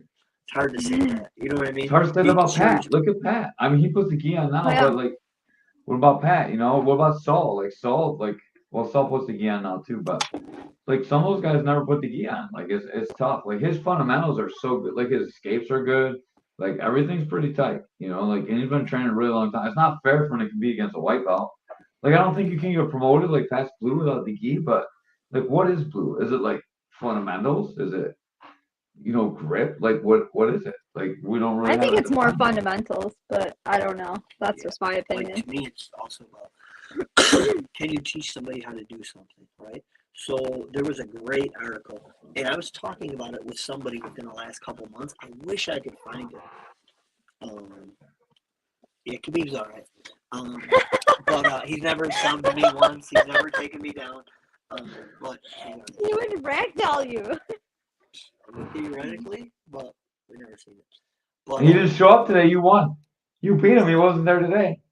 Exactly. So there was a great article on BJJ Eastern Europe, and it was talking about Mickey Rodriguez when he won the ADCC trials, right? And they're like, blue belt wins. Is he sandbagging? And then there was a great article. It's like, no, he wasn't. When you go to tournaments, you're playing your A game, right? Your number one goal, most of the people, 95, 99% of the people, it's not really working on things, right? Their goal is probably to win. So they're playing their A game. So some people just have a really good A game. But their B, their C, their D, when things go bad. I heard this expression, I think it was in George Masvidal and Colby Covington they were talking about. I can't remember which one was talking to which one. But they said he's a really good hammer, but he's terrible at being the nail, right? So when things are going good, sure, they're going to look great. But when things, like, dude, anybody can hit a punching bag, you look good. But when they're hitting back, it's like, let's see how well they do. Let's see how they do in bad positions. Like, who knows how Mickey Rodriguez's guard was, his close guard. Can he teach at the time? Now, this was years ago. I'm sure now, of course, he's way better, right? But at the time, they were saying, no, he probably was a blue belt. Do I think Jordan Burroughs is a black belt? Probably not, right? But I'm sure he probably would have did pretty well at today's tournament. He probably would have beat, I don't know. You think he would have beat everybody at the tournament today, Jordan Burroughs? You Probably. You think we're sweeping him? No. I don't. Does that mean he's a Might black put a belt? shot for a takedown Yeah, I against would him have too. shot at his ass. He'd run every one of us off the mat. He's got to be so strong too. He would just stand on. So any D1 wrestler, for that matter, you know what I mean? If that's never trained in the gi, does that mean no? Because why? They probably can't show you a scissor choke. They should be able to teach a little bit too. What? Just pulling on my shirt. But like so for me, as far as promotions go, to me it was number one's mat time. Mm-hmm. Then it was attitude, attendance. How well they're doing, that's another thing. Are they picking up the techniques? So at one of the gyms I was at, we had like an attendance sheet, which at first I didn't like it. However, I used it as a reference. If it said 20 classes and somebody got a stripe, if person A I thought was ahead of the curve, maybe I'll give it to them in 18 classes. If somebody was a little bit wasn't doing as well, or maybe they just showed up late to class, or maybe they didn't roll after, whatever, maybe they had a bad attitude, whatever reason. If I felt they needed to be held back, I would promote them at 25 classes, 30 classes. It was just a guideline for me. It wasn't like set in stone. I didn't like a blue belt telling me that, being a black belt, that, hey, this person had 20 classes, they need to strike. I didn't like that. But that's what that is. I didn't like testing for belts at the beginning. What did I know? I was a white belt. What did I didn't like testing. I thought it was stupid. I'm like, why can't I just show 10 different ways to do a triangle, whatever. Then after I tested, I actually loved it. It forced me to learn things that I never would have thought of learning. I actually, if it was up to me, I would do a test because it kept everything fair too. It made everybody had to know this. And if they knew it, they had to teach. They could teach the next people who are going to test for their blue belt, purple, etc. So by the time you get the brown belt, you knew those things. I mean, shit. Blue. I remember when I tested for my purple belt, we had a whole list. It was like 3 or 4 pages. I had tested stuff. Like, I hold myself to a high standard. I wasn't going to fail that test. I had it memorized so much that I would literally ask people to do stuff out of order because I knew the order. And this is like 3 or 4 pages worth of stuff. I had repped it so many times that I knew the order of it. I would literally just ask people, ask me to do this, ask me to do this. So I actually like the test. And it gives you, and it was, what I liked about it, it was a wide range of stuff too. It wasn't just like, it had close guard, it had escapes, it had submissions from mount, submissions from side control, submissions from guard, Show me 2 open guard sweeps, 3 open guard sweeps. Show me 2 closed guard sweeps. Like, I really like, show me some case escapes. I really like the variety of stuff. Self-defense. I like the self-defense too. Yeah. Yeah, I was actually like, a lot of people hated on that, but I actually liked it because a lot of people get in jujitsu for that self-defense like part. So I feel like it's not like bad to learn. But see, I will say I kind of have like a slightly different opinion than Mike. Like, I'm not opposed to the 10th Planet schools belting without necessarily putting on the gi, because they're still doing jujitsu. Although I do understand that like the traditional jujitsu belts are through like the gi process, but I don't know. I actually like and kind of respect the 10th Planet like system too, and like them, because some of those people have been training for a long time, just putting in just as much mat time as we are, but they just hyper focus on no gi as opposed to doing gi with just a little bit of no gi. I wouldn't say that they're not necessarily deserving of that belt. It's just a little different. I feel like it's kind of weird, but I'm not anti them getting belted without putting on the gi. Yeah, Eddie Bravo literally said, here's a quote. He said, when you train in the gi, you're just training no gi with the gi on, right? Yeah. Right.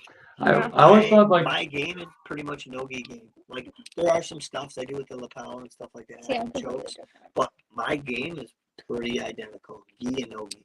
The reason being is when I fought MMA, I didn't want to become so reliant upon the gi that when I went to no gi, I was trash. I didn't want it to be, so my best submissions are all no gi submissions. I didn't want my best choke to be cross collar from mount, because that's not going to work in an MMA fight, all right? I didn't want my best choke. I mean, I guess you could do it Ezekiel, but I didn't want my grips to be dependent upon a gi. So I would train in the gi, and I wouldn't grip. I would just stop gripping when I was fighting.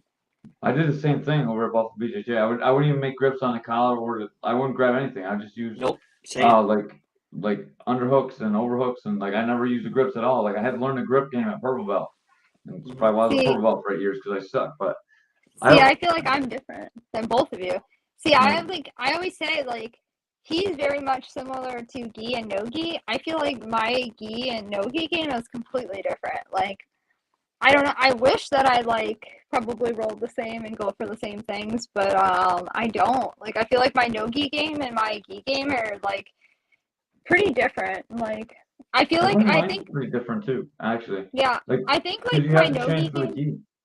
Yeah, I think like my no gi game. I feel like I do like a lot of like, because we all started at WNY. Like, I mean, well, not you, but like I started at WNY, and like we were like Dubs was super good at leg locks, like exposed us to leg locks and heel hooks and stuff, like very like right off the bat type of thing. So like I feel like my no gi game is very like leg lock heavy, and I'm not afraid to do like heel hooks and stuff like that, and I'm very much into like the leg lock game, which you can't really do in the gi and stuff. And I mean, I'll still do other stuff in no gi, but I definitely feel like I roll with different intentions in both of them, because in gi I love like the back, like I love gi chokes, and I'm very like gi dependent and gi grips. Like I'll play a lot of lasso guard, squid guard, weird stuff like that. So I feel like a lot of times like my both games won't really translate into each other.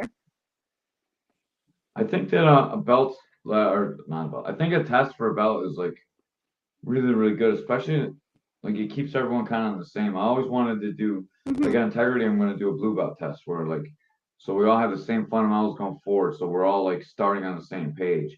And then like, I think in Jiu-Jitsu gets pretty individual by the time we get to purple. So I'm not sure what I want to do for testing there, but like all of our homegrown blues are going to all like test. And then I'm not sure what I'm going to do for purple, brown, and black, but I think that's really good. I use attendance and attitude just like you guys do, and skill level too. So like if they have a shitty class, I don't like mark it for attendance, or if they're not ready, I just don't promote them. Like that happens a lot, even in the kids. Like probably like the hardest kids go.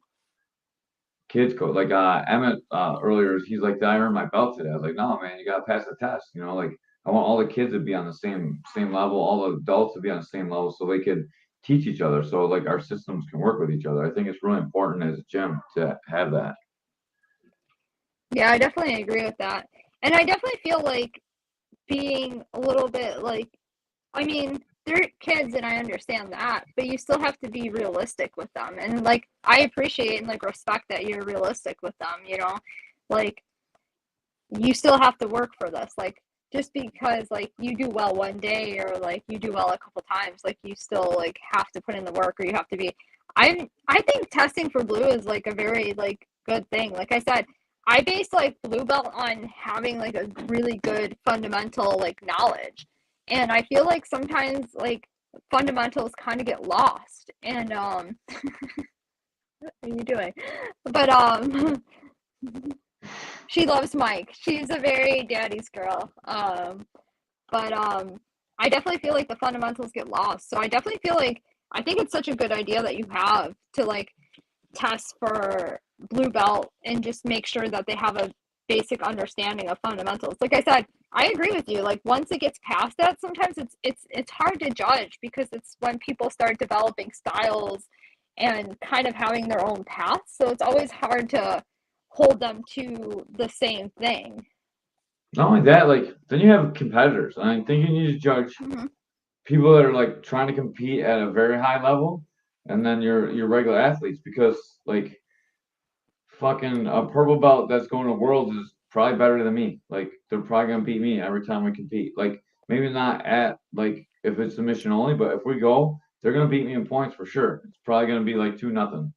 Just like So today. Like I have a hard time with that. yeah, my thoughts too on that is why not reward the people that are putting in all that work by letting them win some competitions? You know what I mean? So like this guy, he's a blue belt. He's training for worlds. Why not let him win a couple tournaments why not let him enjoy the fruits of his labor? You know, why just throw him right to purple belt? Let him enjoy some of those wins. You know, I'd rather, to me, I would, like in a perfect world, I've talked to Ashley about this before. They would say every 2.5 years, X amount of years, you're getting a new belt. Because I know me personally, Ashley the same way. If I were coming up and it would be like, oh my God, I'm getting my next belt in 6 months, 3 months, 2 months. Holy shit. I do not want to be the people who are looking at is how the hell did he get this purple belt? Oh God, no. I would be working my ass off to be is the best I could be. I would rather have somebody think, man, is a blue belt, that man, that guy should be a purple belt, as opposed to being a purple belt and somebody thinking, man, that guy should, how the hell, who gave him this purple belt? To me, that's how I would, me personally, I would want it to be. I never asked, me personally, too, the only belt I honestly ever cared about, and I was young, too, younger, I was like young. was blue. Because at the time, I felt like I had been training my whole life. I had been training a little over 2 years. I felt like I was training my whole life. And it's hard to tell people, dude, you got to try the sport. It's so amazing. Oh, what belt are you? White belt. How long you been training? 2 years. Oh, okay. You know what I mean? Blue is honestly the only one that I cared about. Then purple, dude, funny story. I literally had somebody say to me, when I was going to get tested for purple belt, they go, oh, are you tested for purple belt? And I was like, yeah. They're like, oh, that's weird. That is so-and-so tested for purple? And I was like, no. I was like, oh, why is that? That guy always smashes me. And I was like, I don't know. Dubs asked me how long I had been training for, and I'm thinking, do you know, like, I take it easy on you? Like, I'm not trying, like, my hardest. I'm actually trying to work a little bit. Like, I was just like, I can't believe somebody said that to me. I was It like, doesn't pay to be the nice guy I was like, sometimes. all right. Funny story. I used to always let people come in like for first class and like do well against me, like not get submitted, not get position dominated. And then like two people both said, like, man, like he's not that good. I'm not gonna go there. So now, like, I just make sure everybody knows that like they can't do anything. I just pin them to. I don't submit them, but like I pin them to the floor and I don't let them move, no matter how big they are. It's my goal to make them like tap out just from my pressure, like over and over again. It's so wild that people even think that to me. Like I never understood that. Like I even white belt Ashley wouldn't think like, dude, when people would let me work or I would get in a good position, I'm like, what are they setting up? What are they doing?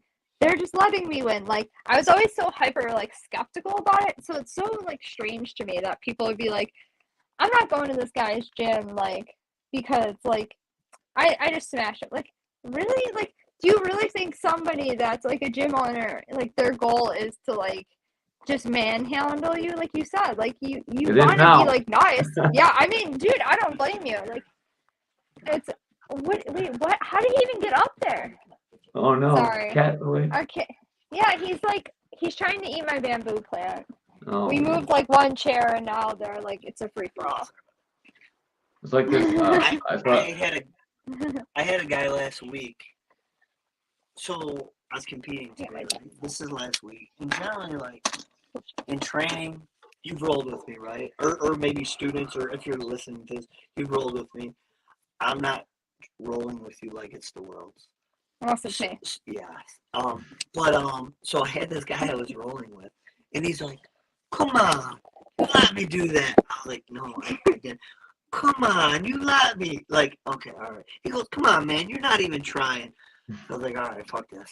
So I swept him, and I go, you know what I said to him? I go, "Come on, man, you let me sweep you," and then I passed.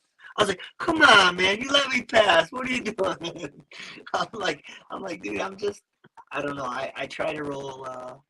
I try to roll easy. You know what I mean? Like, I try to work. So my goals in jiu-jitsu, I think, are different than other people's. My He's goal, not even the kids. my goal is not points. My goal is I'm not good at points because my goal is self-defense in jiu-jitsu. So I use jiu-jitsu for if it's a one-on-one. This is the way I look at jiu-jitsu. It's a one-on-one. Willie, You're gonna have to let me up. It's Sorry, be right back. Boo! I'm sorry, my cats are unruly. Come on, Los. I can't hear you. No, Oh, she it's went coming away from with the speaker part. I'm sorry. I'll be right back. Boo! I'm gonna talk while you guys are fixing everything. So the other day I had a kickboxer guy come up to me and like he's like his second day of class and he's like, "Oh, I got you. You're not even hitting me that hard. Like I felt like I was doing really good." So Luke, coming for you next time we spar, just so you know. That's my story. That was really quick. I thought Ashley was gonna be quicker. I'm trying. Come on, Ashley. I'm trying. I was like, Can you hear me now? Yeah, Sorry. I can hear you now that Hi. she's close. If Shannon, if you're watching, come get your nephew. Yeah. So my thoughts on it, it's one-on-one. One of us is going to survive. One of us can walk away from this. I can't get away from this situation. So the way I look at it is my number one goal is to make sure that I'm not going to get submitted. That should be my number one priority. If I can't get submitted, eventually I'm going to get the person, right?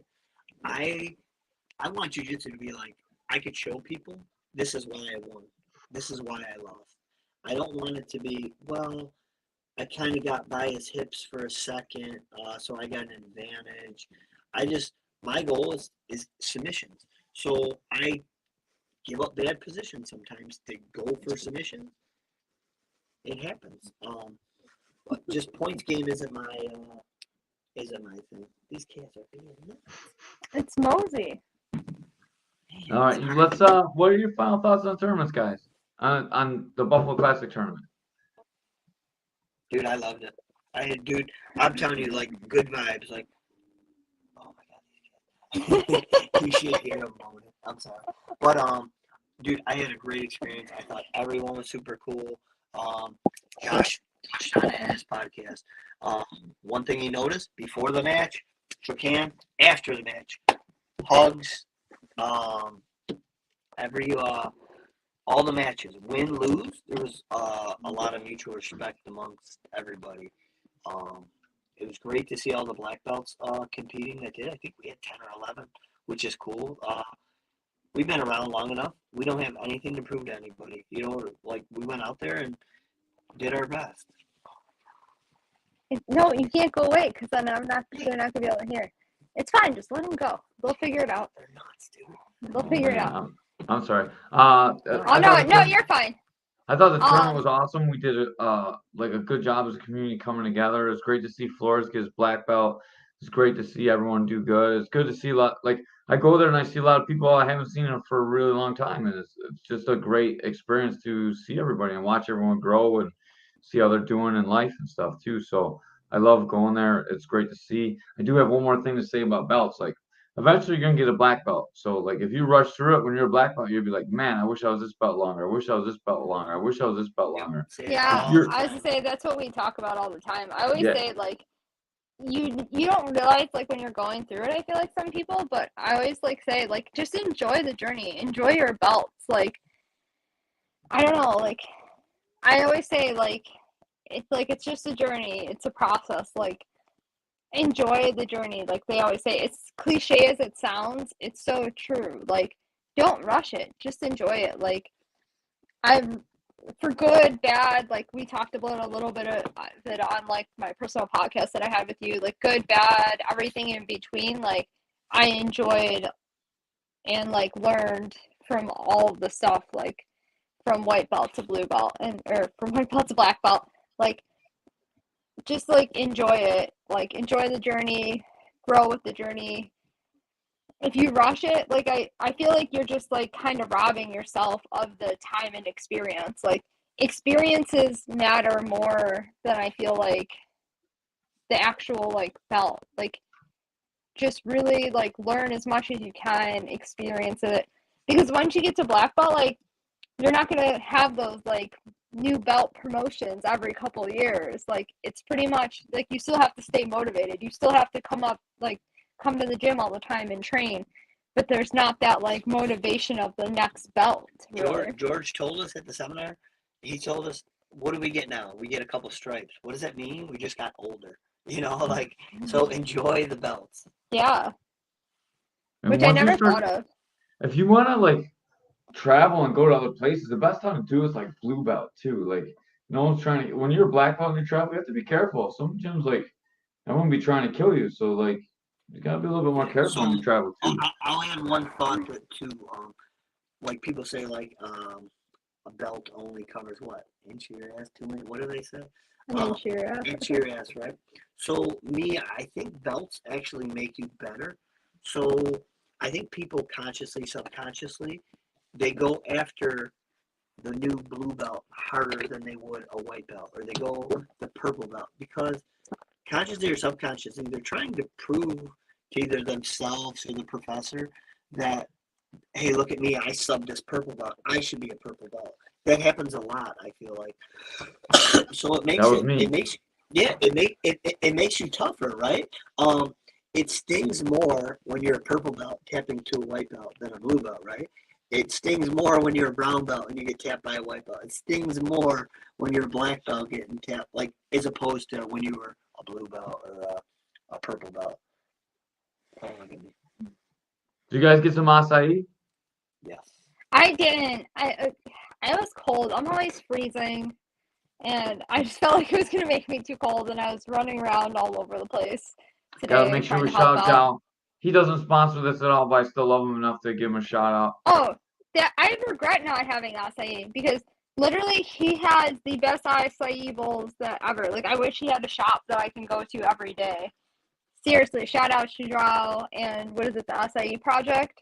Yeah. They did great, and super good dude. Again, we trained with him, but even if we didn't, I would still love his acai bowls. They're the best. If you want some knockoff ones, I have them at Dash's too, but they're not as good. I was gonna say Dash's is like probably the next best ones. Like, and like I mean, well, you live over there, we live over there, we live by each other, so it's probably like the next best thing. But so I'll tell you this too. My favorite moment of the tournament was winning the team trophy.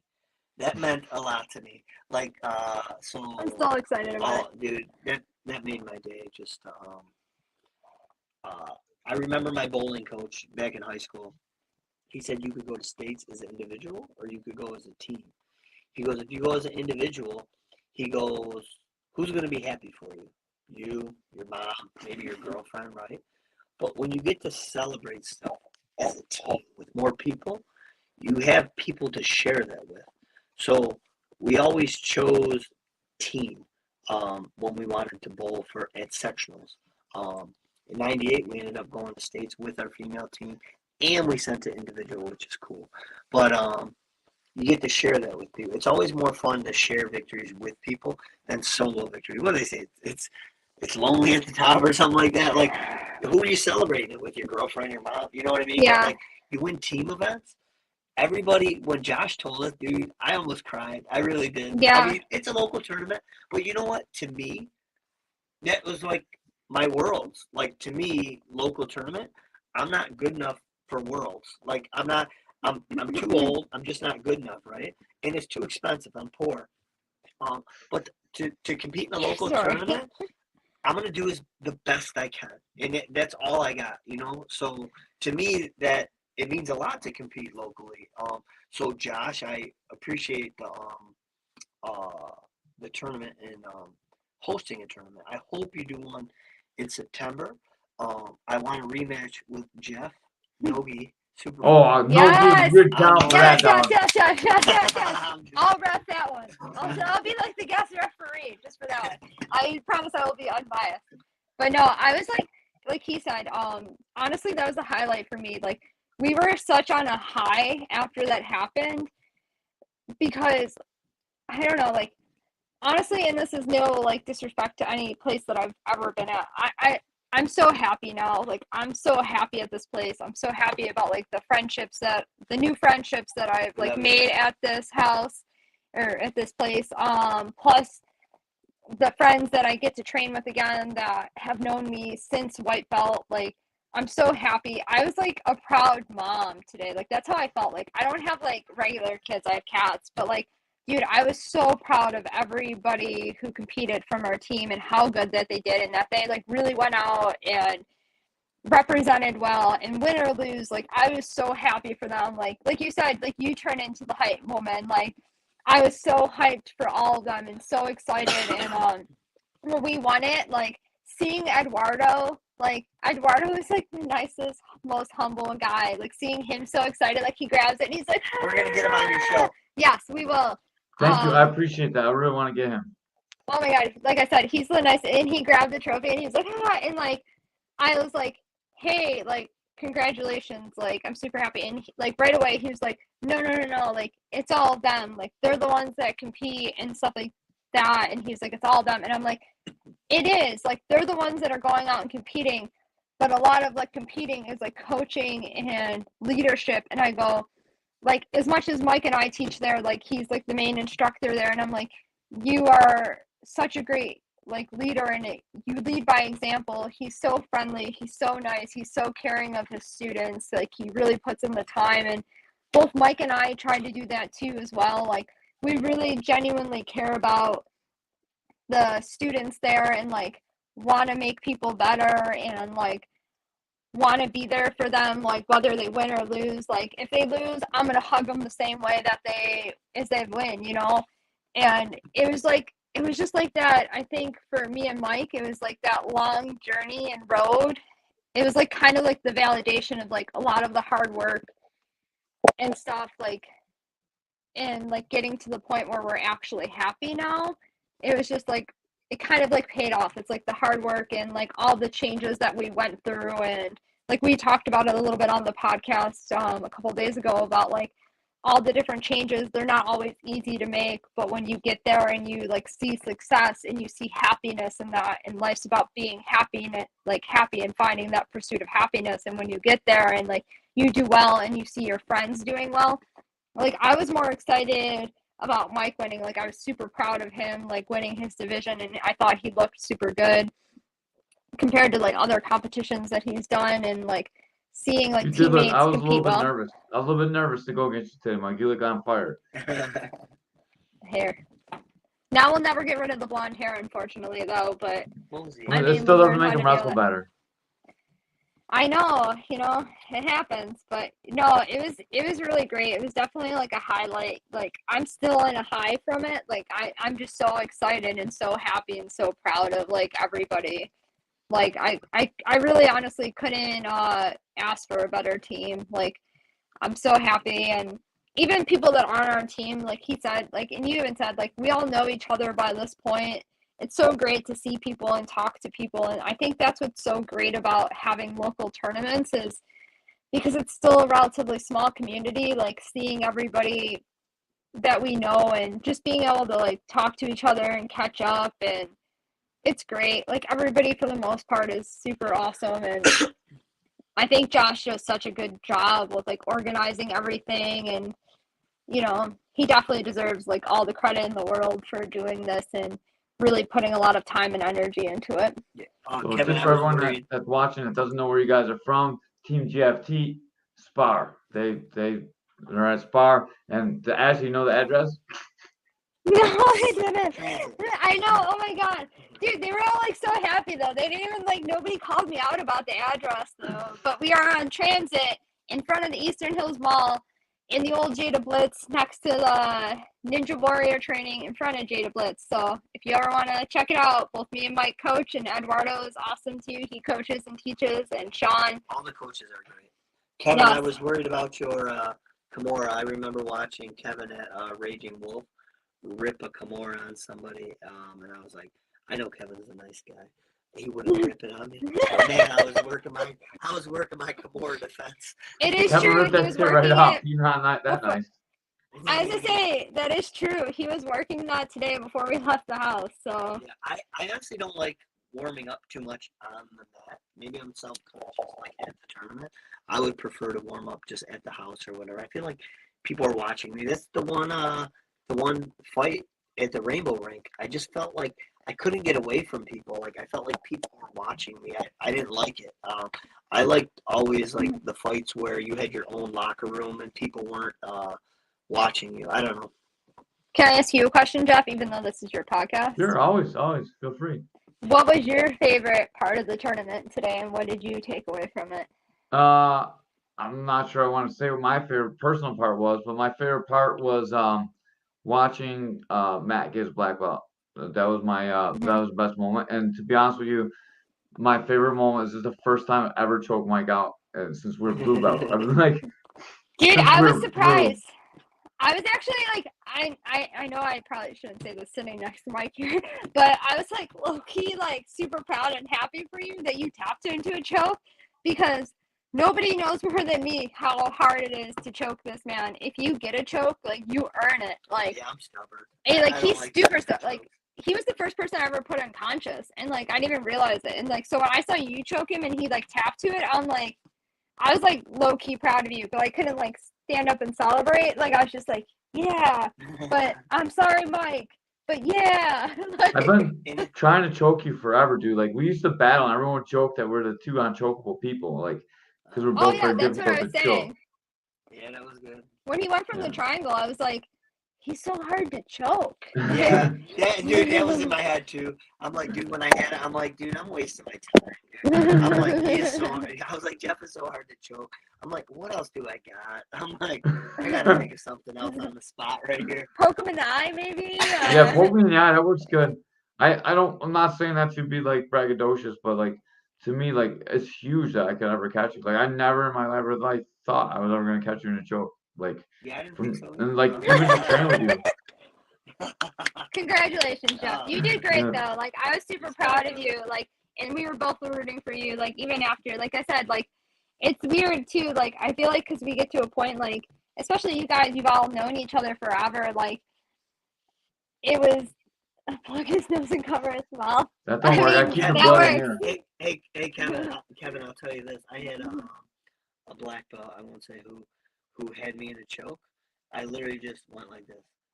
I looked at him like this, and I go, here, let me help you. Let me help you.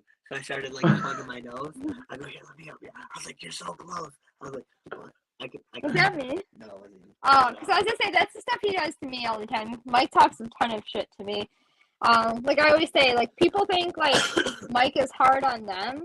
I don't feel bad for them, like not even like the tiniest bit. Because I'm like, try being me, because he is 10 times harder on me. Like, I mean, it's great because we both are very hard on each other and like motivate each other, and we're super competitive with each other. Like Mike once told somebody that he would rather lose to anybody else in the gym besides me, even brand new people, Yeah, 'cause which I was really offended about. I gotta live with her. I gotta hear it. I'll say this too, like, so I have people try to submit me with like some of my favorite submissions. I'll literally look them dead in the eyes and I will say, "Have you ever seen the Rocket rock bottom?" What? Yeah, So we're proud of you for choking Mike. I just want to say, like, if it wasn't for Joe K, you probably would have commented that Broad applauded too. Like, he does that shit to me all the time. So, like, he ruins your game for you. Joe, Yeah, Integrity Joe. Integrity. That's like one of my favorite things. Although I actually favor Tarko Platas a little bit more than Barato Platas now. But yeah, probably.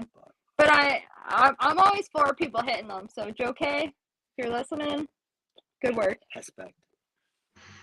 Thank you so much, Mike. I really appreciate the roll. It was like so good to roll with you. It always is. Mm-hmm. Always, bro.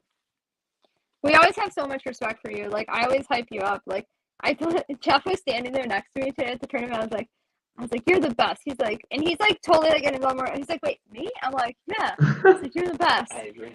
And he was just like, oh, I'm like, and then he's like, no, I'm like, you got the best podcast. And he's like, I agree with that. I do got the best yeah. podcast. I said I'm Ray not the couldn't best, make it though. again. I know, Ray. I know, we missed you, Ray. He did say like earlier, I think he said love you guys, so love you too, Yeah. Ray. Ray is actually he took his girlfriend Shar to immediate care. They're all a little sick, so Yeah. he was not able to yeah. make today. Might not be able to make tomorrow either. So when we do Joe Taylor tomorrow, it might just be me for everyone that's listening that actually watches just a podcast, not jiu-jitsu people. But Ray will be back as soon as he can. Oh, we'll send in good vibes and Good well vibes, wishes good vibes. to you, Ray. Yeah, he's not fucking you on purpose. And then we gotta get you back on, Mike. We gotta do. I want to try and get all the black belts again. Like I want to go through like. We should do so like many one now. all of us at a time. That'd be really Oh my cool. God. I'll say this. A guy at Be my a gym panel. was talking to me about it, and I told him I did a podcast with you. How many years ago? 6, 7? 6? Yeah, 6 or 7. Yeah, it's still up. You can definitely find it. Yeah. So I told him a lot of my opinions have changed since then. I would say like for example, the women's only. I think before I didn't like it because I thought it was discriminating. However, after thinking about it a lot more, it's because I'm like, why don't we have one for males under 120 pounds? You know what I mean? Or this or this. But I think the gym would have actually had it if we had a demographic for it. You know what I mean? If there was 20 guys under 120 pounds that Well, I wanted think to too, sign it's up just for it. that guys don't always understand like the struggles and different things that women go through that make them not comfortable with jiu-jitsu. Yeah. So I think there was a quote by Muhammad Ali, and he said that if you ask a man who has the same opinion as he was 35 as he did was 25, I'll show you a man who wasted 10 years of his life. I'm pretty sure that's how the quote went. It went something to that effect. So my opinions definitely have changed in the last 6 years on certain topics. Thanks to my boo. She changed. Yeah, I've changed a lot too. I used to think like if you can't roll, you should never be promoted. It didn't even matter what you knew. Like I'm so different now. Like I've changed so much in the last like even like as a coach, I changed more and more too. Like you see more and more different people struggle through different things and opens your eyes to a lot of stuff. I mean, you don't know things to experience them, you know. Yeah. And like you learn a lot teaching. I was gonna say that's when I felt like I started learning the most. Honestly, is like teaching and like coaching and stuff. Like you said it perfectly. Like it opens your eyes and you meet different people and different struggles and you see a lot of different things and you have to, like you even said before, like you felt like teaching makes you better. I feel it the same way because you have to break things down to people that don't know anything about this, especially like day one people. It's just very interesting. I feel like it gives you a different perspective of it. Like when you're just worried about yourself and just training, I feel like it's so easy to get in certain mindsets, but when you're coaching and teaching, it's just, it really definitely does change your perspective on a lot of things, I feel like. I vote myself coach of the day for the snacks.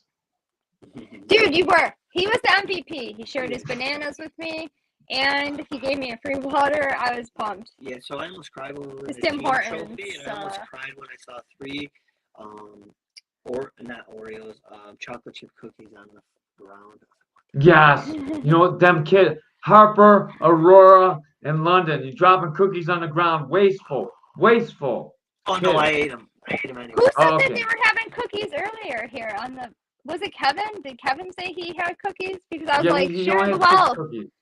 I I didn't want offer cookies. Kevin any cookies. He's too big. He's rooted against me. Screw him. I didn't even like, but see, I don't really like Oreos though. I'm not an Oreo fan. I know that's like unpopular opinion. Sorry for the people that are fans of Oreos. I don't like the double thick Oreos, the double stuff. Same, Kevin. Peanut butter Actually- Oreos are phenomenal. You guys are I've never had them. so great. See, I'm If you more like like, peanut butter, they're great. I'm not a huge sweets person. I'm more of like a savory person. Like fresh cut fries and French fries are my weakness. Like, I can probably eat my weight in fries. I just Like, came off the carnivore diet today, eating Cheez-Its and cookies, and I had ice cream. I'm gonna have pizza. I'm not gonna feel too good tomorrow at the gym. Sorry, guys. All right, I gotta You get out of here deserve it. because I gotta go get pizza for Forrest before all the pizzerias close. Thank you guys so much for jumping on. Thanks for having us. Thanks for having us. I It was appreciate fun it. to Thank you talk for to the you match. about Thank you guys for everything. being awesome. Thank you guys for making the community better too. Thank you for making the community better and being like such a great part of like allowing people that are local to have like a platform like this. It's super Yeah, important. we'll be at Integrity one of these coming Friday. Yes. Also, Well, check out Grappling Industries. We'll probably see you there. We'll be coaching, or not coaching, but we're actually repping there. So next weekend, say hi to us. Yeah, We'll be around. Narden Academy, it's a great tournament. We could do Noki right there, Mike. We can probably both sign up still. Set it up. I'll be the rep. I'm I want ready. a belt. Josh catching super fight. He's awesome. All right, that's my Jared that lost a lot of weight. I really gotta go, or I'll talk to you guys all night. We're already over 2 See hours. ya. Peace, guys. Oh, sure. Take it easy. Peace. See ya. Guys are the